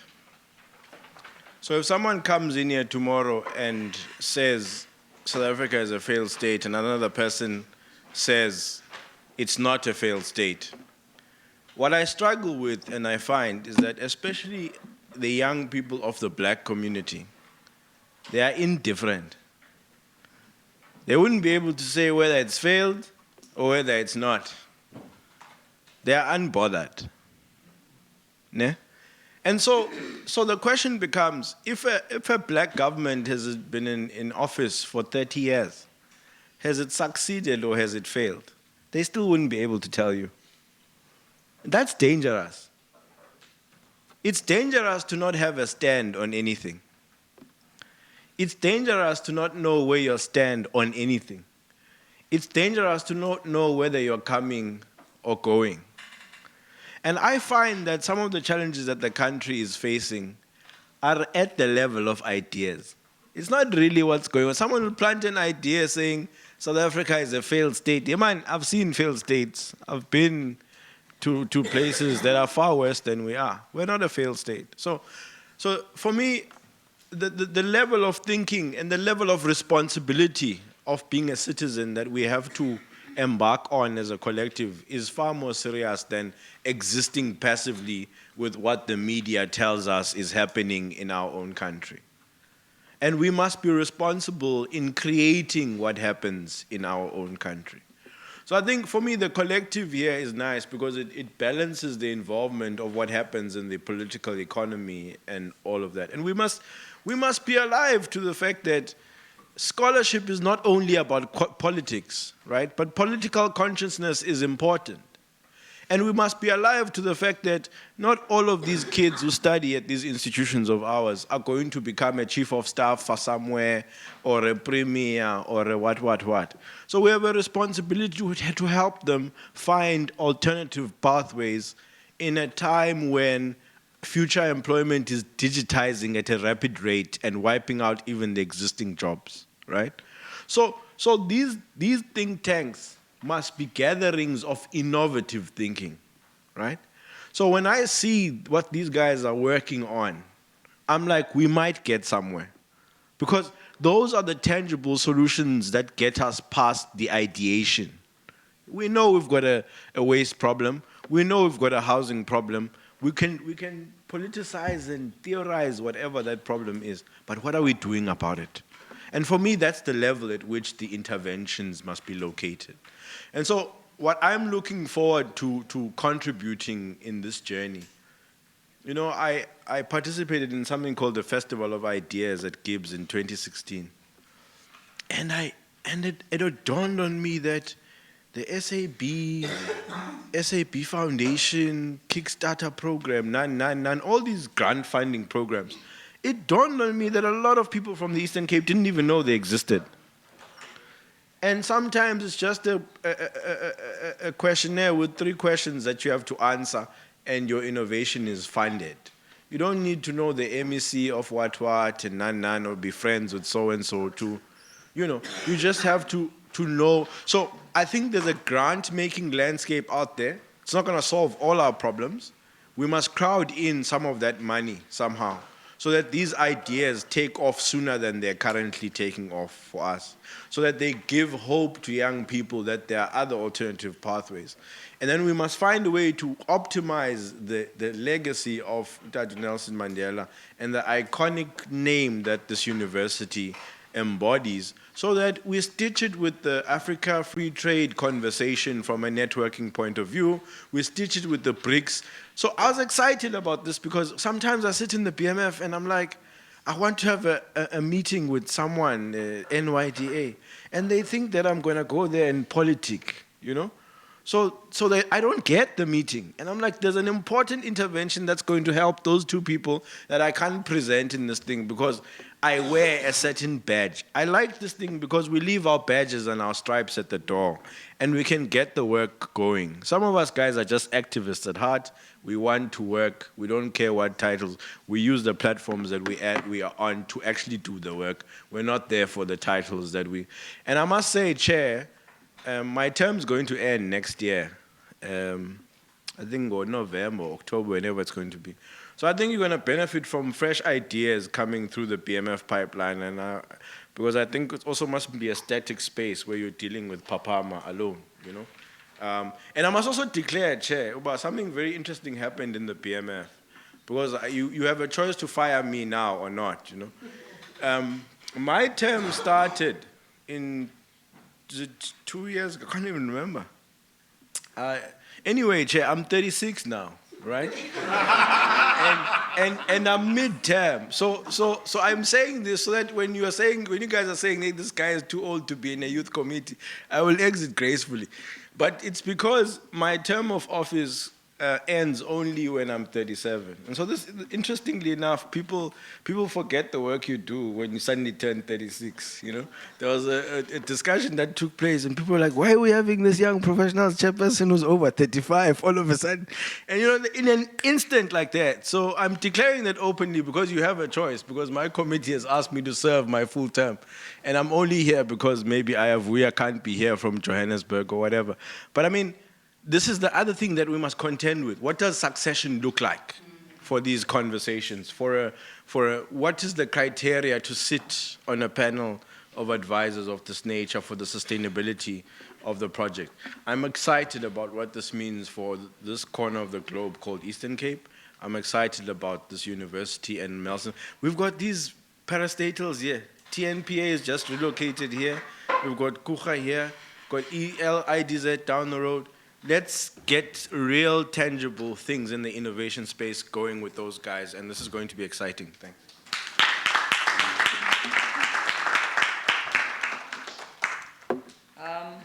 The committee, that was a mouthful. We had the first speaker talk about the leaky bucket, and I think it's the basis of any community or society, you know, development on the principle of the leaky bucket. I'm not sure if some of us know about it, but it's basically just a concept about a bucket. And every time people of that community start buying outside or start using their money outside the community, it starts to leak. And every time they earn money, then obviously the bucket gets filled up. And so now with Pedro having outlined how the consequences of a leaky bucket in our society, and that's basically why we are, one of the reasons why we are where we are at. They also looked at the bottom of the pyramid, and I think very few people actually look at that. A bottom-up approach. We have got different layers to the pyramid, and most of the time it's mostly a top-down approach, and it's definitely not working. It's not working for our people, it's not working in our institutions, and it's not working in our education system. And so now we need to look at the bottom of the pyramid and analyze it. What are the needs of the bottom of the pyramid? Before we say we're going to do a bottom-up approach. You can't do a bottom-up approach if you don't understand the needs. And I'm not talking about observed needs of the people at the bottom of the pyramids. We must do away with such. We need to actually ask the people, what do they need? And that's what I'm going to do now. I'm going to ask you. Here's the committee. We're not going to observe what you need. We've had the 5 years. We've done that. We've achieved so many things. And obviously, there's a lot of work in progress that the committee and actually all of us as the organization would like to achieve. Now we're going to say, what do you need from the committee? They've stated what change they can bring about. Oh, I will open it up. Yeah, you guys can't wait, ne? So yes, I'm going to open it up on where we actually talk about, you tell them what do you need. Not from an observed perspective, what do you need? As the youth of today now, as an African in your time, what do you need? And then obviously having looked at foresight in entrepreneurship, why that is important. I always remind people about how Verwoerd studied psychology, and that was strategic. I like what the DVC said, to perhaps do away with the think tank, but look at it as a youth development strategic advisory committee. If we look at successful races, we always find that they have these strategic or strategies or strategic models in place that they have. Dr. Mzileni did outline it from a very young age. I've lived in the Free State, I've seen it. I know, I've been there. They've got camps, camps for their children at a young age, and they teach them what it means to be Afrikaner. I'm not talking about formal education, education that is designed by them, for them.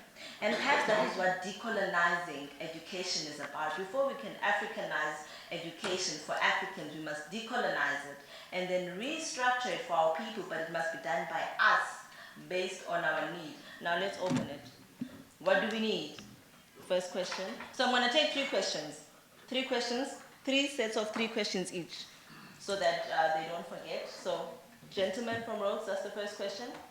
The lady, and number 2, number 3, gentleman there. Let's go. Okay, thank you, Speaker. Thank you, Chair. My name is Reaffirming, Rhodes University. I firstly want to address or comment on the previous speaker's speech on unbothered youth. I think, number 1, the youth is dealing with democratic fatigue. I think it's a lot. I don't think they are unbothered. I think also that they are led by leaders and misleaders that obviously have placed the youth outside their strategic priorities. I think that's the kind of youth we are dealing with. We've seen it with the NSFAS issue, we've seen it with post-grad issues. And so I think the unbothered is kind of bothering me. But also, I want to touch on the point that there is so much transformation that needs to happen in our societies. Fundamentally, looking at the NYDA, the speaker from the NYDA spoke about participation. But Tulani from Kwadwesi cannot participate good bill without being aware of the bill. And so there's a need of educating of what NYDA is about and what opportunities are there. There's a need for presence. Then I can have an opportunity to engage and then comment on the bill. If you speak about bill, you are speaking a foreign language. Secondly, I think Dr. Pedro, one of the speakers, spoke about policy gaps. I think there's a greater need to speak about such a fundamental issue in South Africa right now in such platforms around the land and the agrarian economy of Black people. I think there have been a lot of silence on the land issue and the agrarian economy of Black people. How do we develop on that thought? And what are some of the issues that Black people are facing, and what are the opportunities? I mean, there's only 4% people that own land in South Africa, Black people that own land. So those are some of the conversations. So my question then is how can we possibly practically engage with our youth to increase their curiosity? I think the unbotheredness comes from lack of being curious. And maybe one of the speakers can respond to that question. Thank you so much. Second question?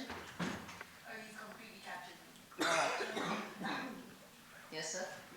Thank you. Thank you to the committee members.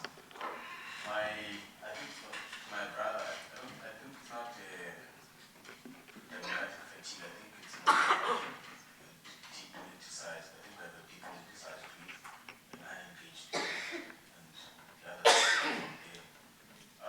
My comment and question possibly is from what Papanisile was saying about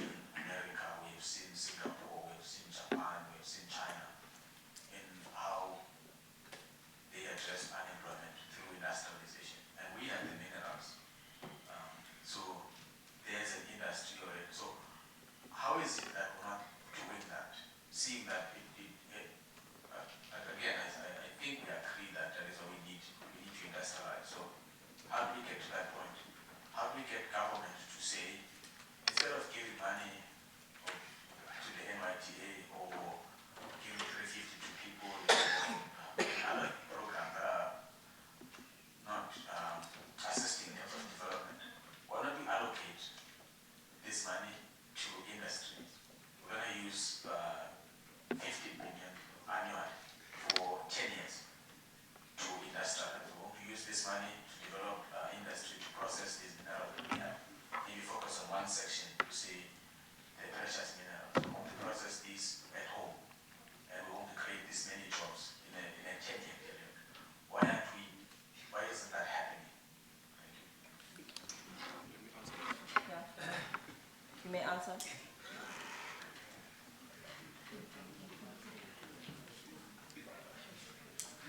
Thank you very much. Good afternoon. Once more. I only have two answers from the last two speakers. At the end of this month, I will be at Rhodes.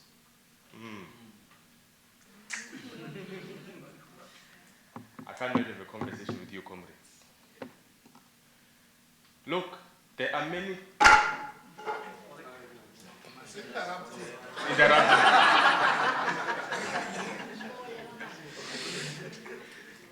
I lost my glasses, comrades. So if anyone sees glasses, please let me know. I'm struggling. So, firstly, there are many tools that the system uses, right? Tools of social engineering to keep young people ignorant, right? So you social engineer them for the purpose of social control, right? Ask yourself a simple question: why do SRCs have uniforms?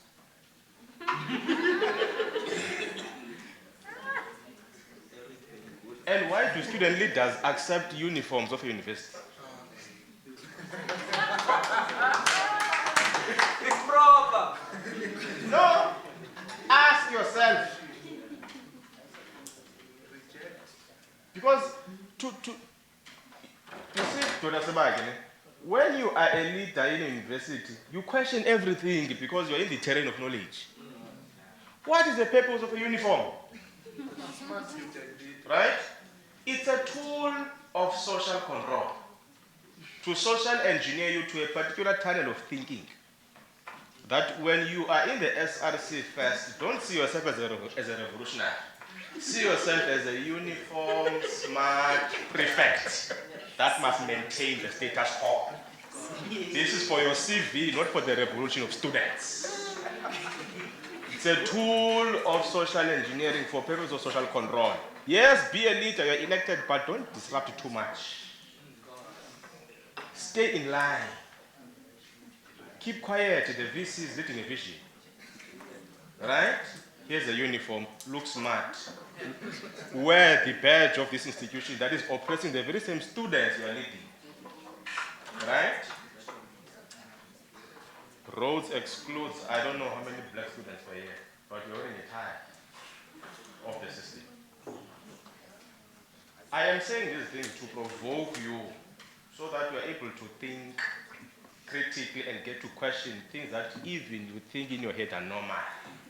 That's why you need to call things by their names.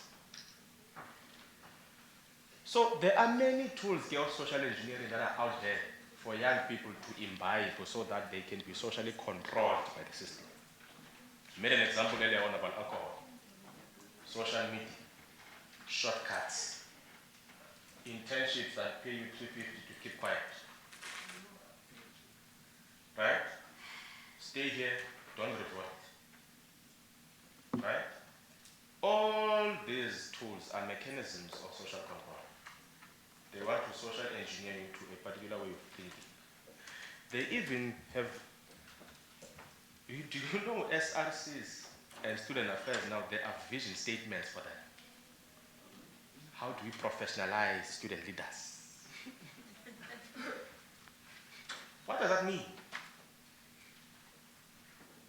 It means you must see this place as a gateway for your individual advancement, not to dismantle systems for transformation or decoloniality. So all those systems are in place for a purpose, to ensure that all that students think about when they're in university is the job market only, not about being disruptive citizens who are going to create a new productive democracy for all our people. The status quo as it is must remain the same. And graduates must seek to dance in order to be integrated in this colonial system. It must not be destroyed and open up for everyone. You must twerk to fit in this colonial system. So that when you succeed alone in a township, right, you begin to see yourself as superior than those who've left behind. You must hate the very same community you come from. You must run away from your peers and you go to the township because now you succeeded alone in the colonial system and you think you are someone. You're not. The purpose of education will imbibe it to change communities fundamentally as a whole. Lastly, let's go to industries. Industries won't happen, my brother, under this government. Let me tell you why. I speak again not because I'm a lecturer. I teach first years. I teach sociology. There we say things the way they are. For sure now you know why they want me out of Bloemfontein. They want me out. I told them, guys, you can't push me out. It's impossible. I will leave when I want to, according to my own terms. I decide where I go. I decide what I say. I decide what I teach. Black people first. Nothing else. Industries won't happen in South Africa under this government. Let me tell you why. There's a system sponsored by the IMF and the World Bank called imperialism. What that system does, if you want to take notes, take notes. Yeah, ngiyafundisa manje. Free education. What is imperialism? Imperialism says the purpose of Africa shall only be a place for us to take resources from.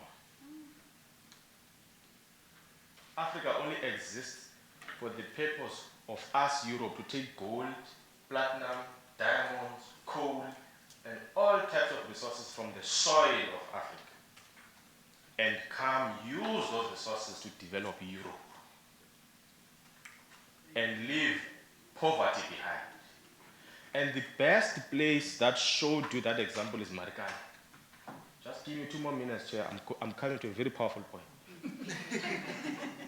Marikana was the best example to show you that the system of neocolonialism is not dead.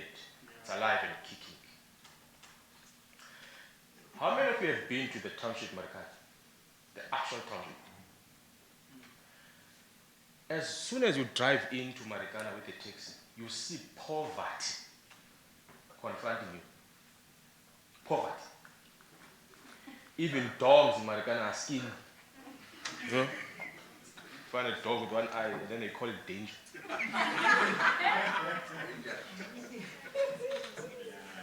Don't know why black people call dogs danger. But it's called danger. It's skinny. You can see this thing's about to die any minute. By the way, beneath the township of Marikana, there's platinum. Platinum owned and controlled by a company called Lonmin that is in Britain. The platinum makes billions and trillions of profits for Lonmin in Britain, leaving poverty behind in Marikana. All together. When platinum is taken to Britain as a raw material, it means in your own country there are no industries. There are no jobs. The beacon of your young people is useless. Because what are you going to count when there are no industries in your country? What are you going to do with your BSc when there are no industries in your country? So they extract resources out of your country as raw material and leave poverty behind to make Britain rich, and the policy environment of this government enables them to do so. Government yesterday released a very right-wing austerity measure budget that is against all black young people. I don't know if the NYDA released a statement against that. Okay, I'm loyal to Syria. Are you loyal to young people or to the status quo? Those are the questions you should ask the NYDA when they are here. In whose interests are you serving? So, my last point. When minerals are taken out of your land to Europe, poverty and unemployment gets left behind. Your people live in poverty whilst they have minerals in their own land. Right? And what then the system does, because this is a white system was running these things. It's a white system taking these minerals. It's a white system creating mass unemployment in your own land. Right? They then take your black ministers, your black president, and then they put them in the media as faces of the problem. Right? They make black leaders, black ministers hyper visible in your eyes. So that when you are sitting as a black young person, you begin to see that actually the source of my problems are these black leaders. Maybe the solution is to vote white people back into power. They make black leadership hyper visible, and then they make themselves as a white system invincible as the source of the problem. So what you now need to do as young people, when you hit the white system as the enemy, hit harder against these black faces who represent the white system. Hit the dog until the owner comes out. That is how you're going to liberate black people to true power, black power. So black consciousness is needed more than ever before. And I will explain at Rhodes at the end of the month that actually that philosophy began in that campus at the Great Hall where they write examinations. July 1967. And it started in university and it grew out into communities. Right? And communities were rallied into this type of a society we almost had until sell-out positions were taken in Codes. Let me pause that. I'm so sorry.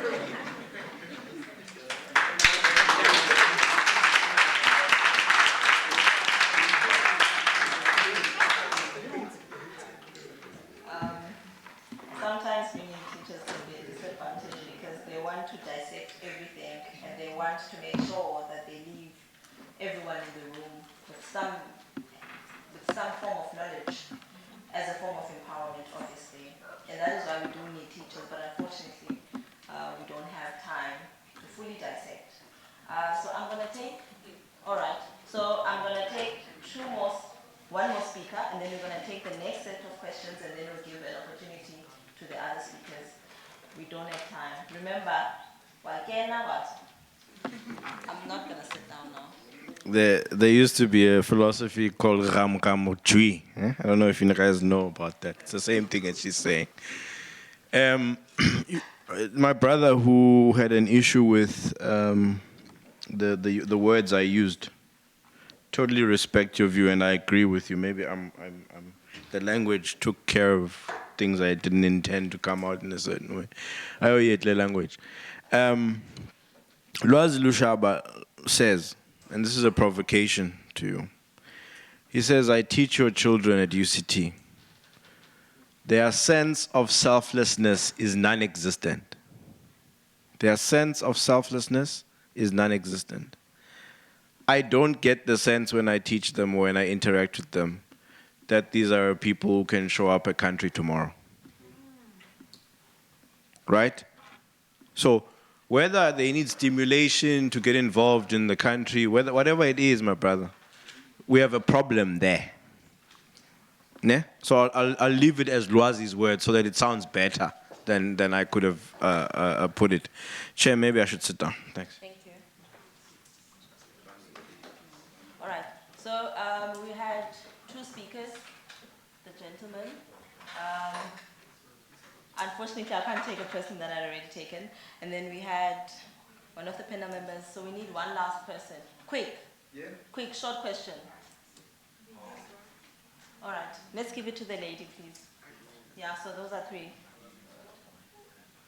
Sir, you may start. Yeah, me. No? Yeah, thank you so much.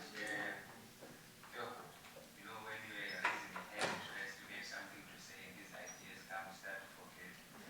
Of course, mine is not to engage people in greater responsibilities. All right. It's a committee, and we're told that we must tell them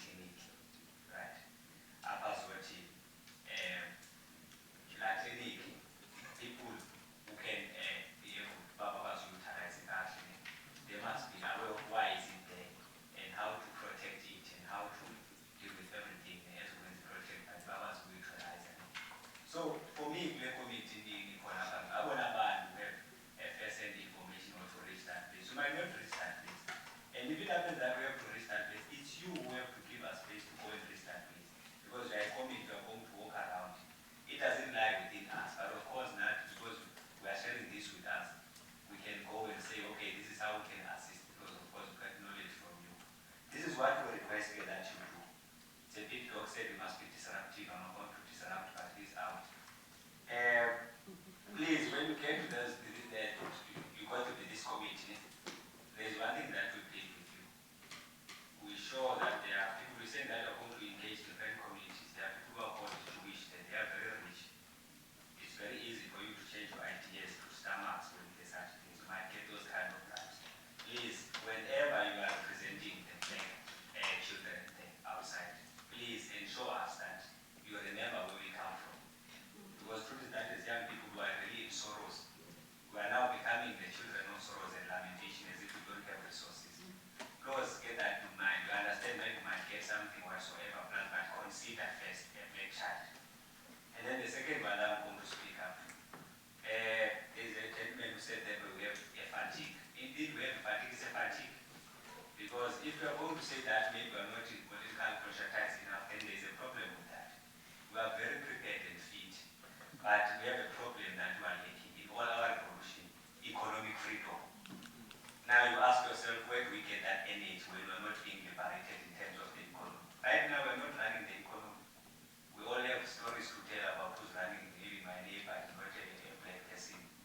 It's our duty to liberate ourselves and get that economic freedom. Please, when you go to such places, ensure that the economic freedom are well represented. And lastly, please do not overstay years. Thank you very much.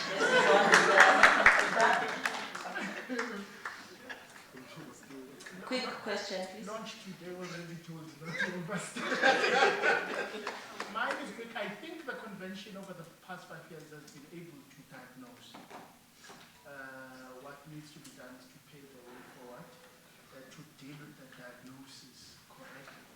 I think, and Dr. Smakri spoke about this earlier in the morning, I think this team should help usher in the intellectual work in terms of knowledge production of the youth convention.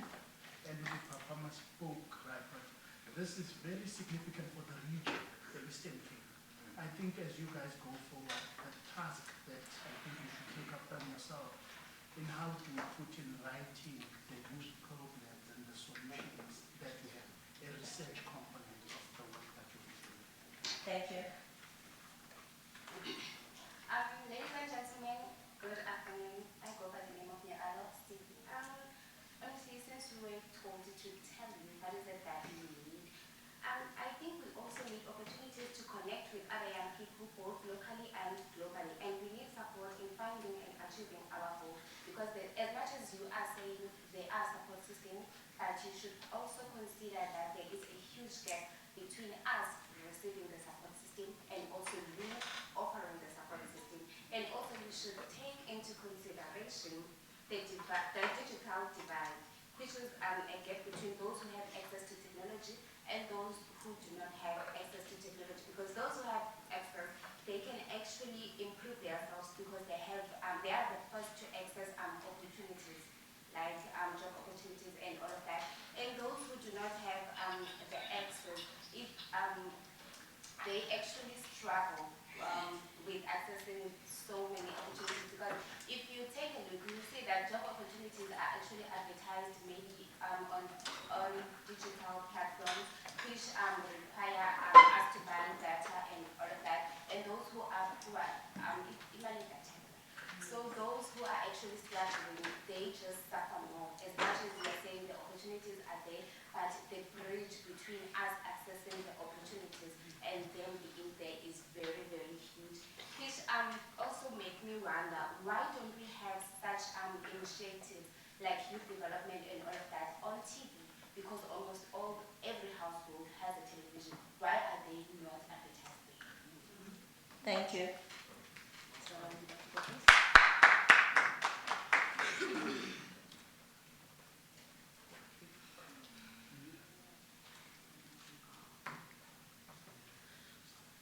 Which one am I using?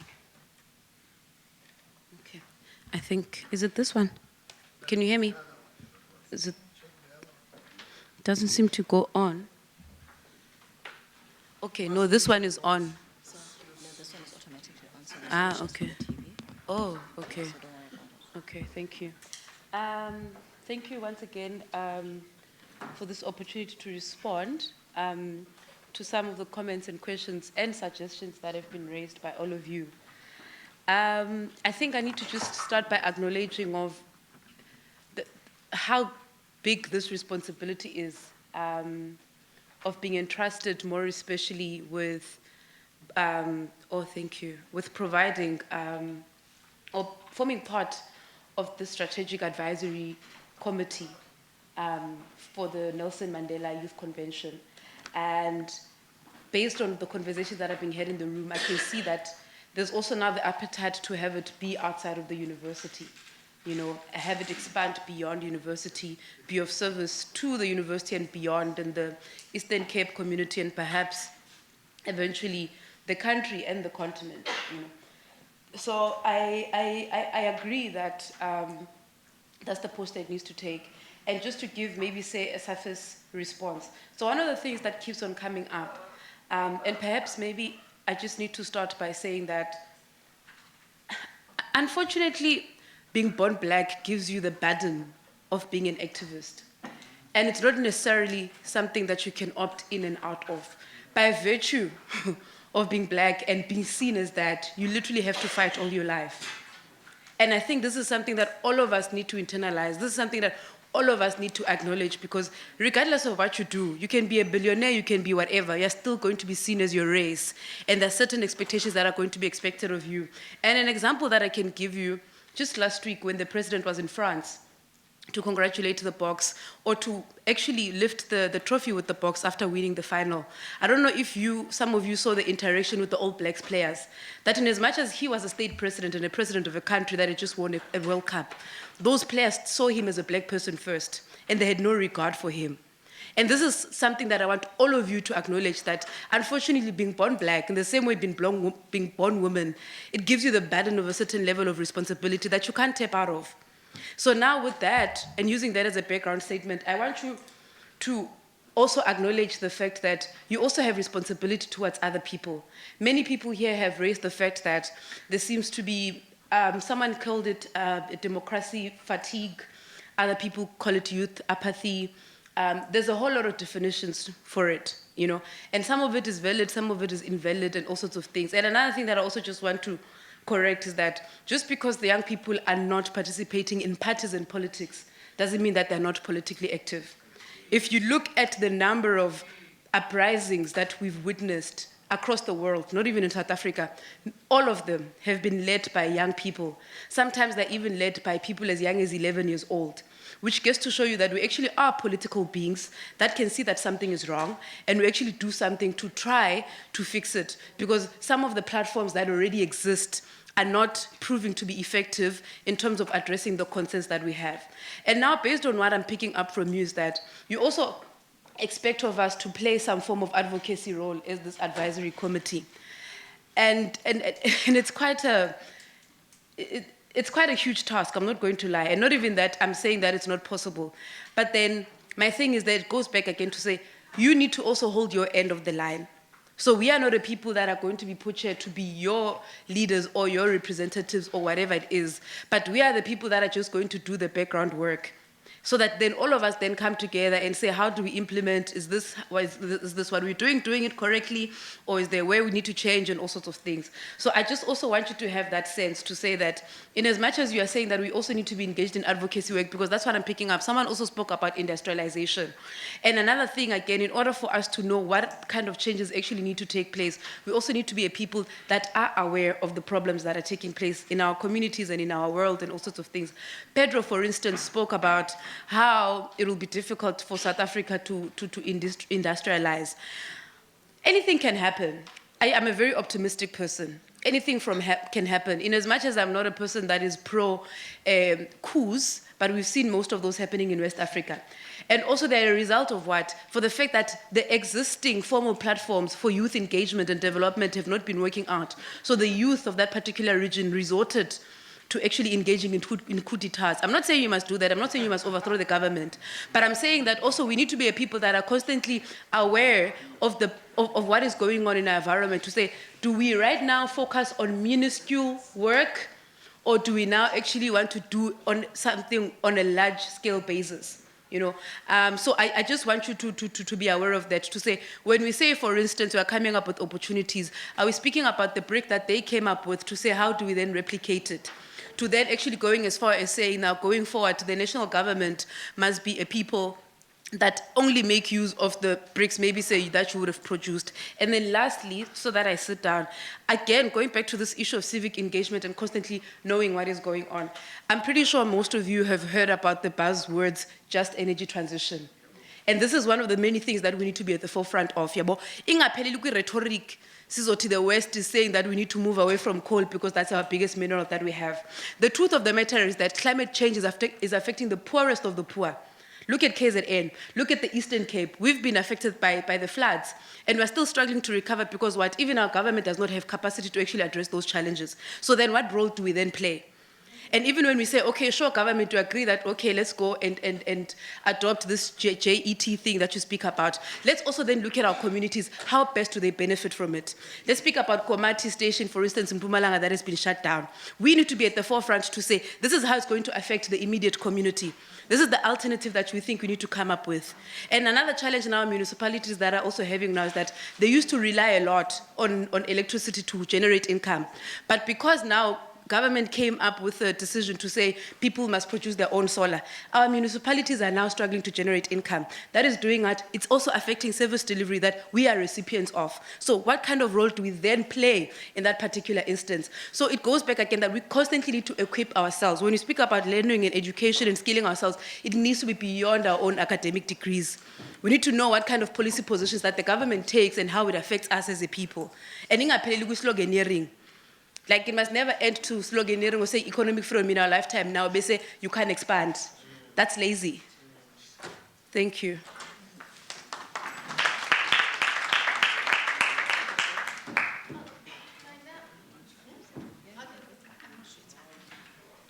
Okay, also to respond to the questions. And now I find myself, I so wish this was maybe a 3-day conference of back and forth, right? Maybe we need to do that. One, I wanted to entertain and reflect on the question of land, and I think probably just touch base on it without going deeper. One, for me, land is not just the agriculture land where you plow and stuff. Land is my sense of belonging, my identity, where the persons who are close to me have been buried as well. So in South Africa, when we discuss of land, we must not be pressured to discuss of land, what are we going to do with it when we get it. Land is a place where you have a peace of mind. Someone spoke that in our households currently as black population, we stay in a matchbox, go 4 rooms and end. And then there's a thinking that these people must be constantly in a space to be productive. Who can be productive, guys, in a space where everyone is here and the space is so small? So the land question is not just a land question of agriculture and farms. It's about our own identity as Africans. And the fact that it was stolen from people, so we want it back. So it's simply as that. 2, the question of industrialization in South Africa. That has been a very much premeditated idea that to de-industrialize, there were industries in South Africa back then, right? But because people were not dependent on the mines and so factories had to close. So people can be dependent on government and on business, then they can't be exploited. So it's also a recurring cycle that black people in particular must be subjected to 3,500 of income, then they continue to do the same thing over and over again. And now we are running right out of time. This council is not only for us. It's not only for us as people sitting here, it's for everyone. And then accountability is going to be a 2-way thing from us and to you as well. Thank you.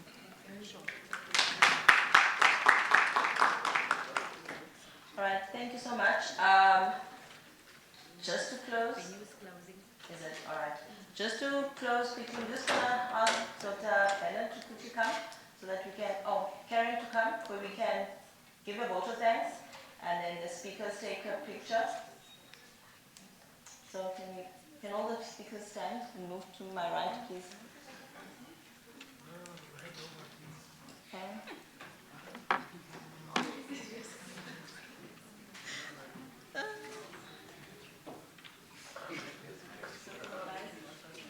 Can the committee please stand and move to my right for pictures? Yeah. Have you gotten a picture? Have you gotten a gift?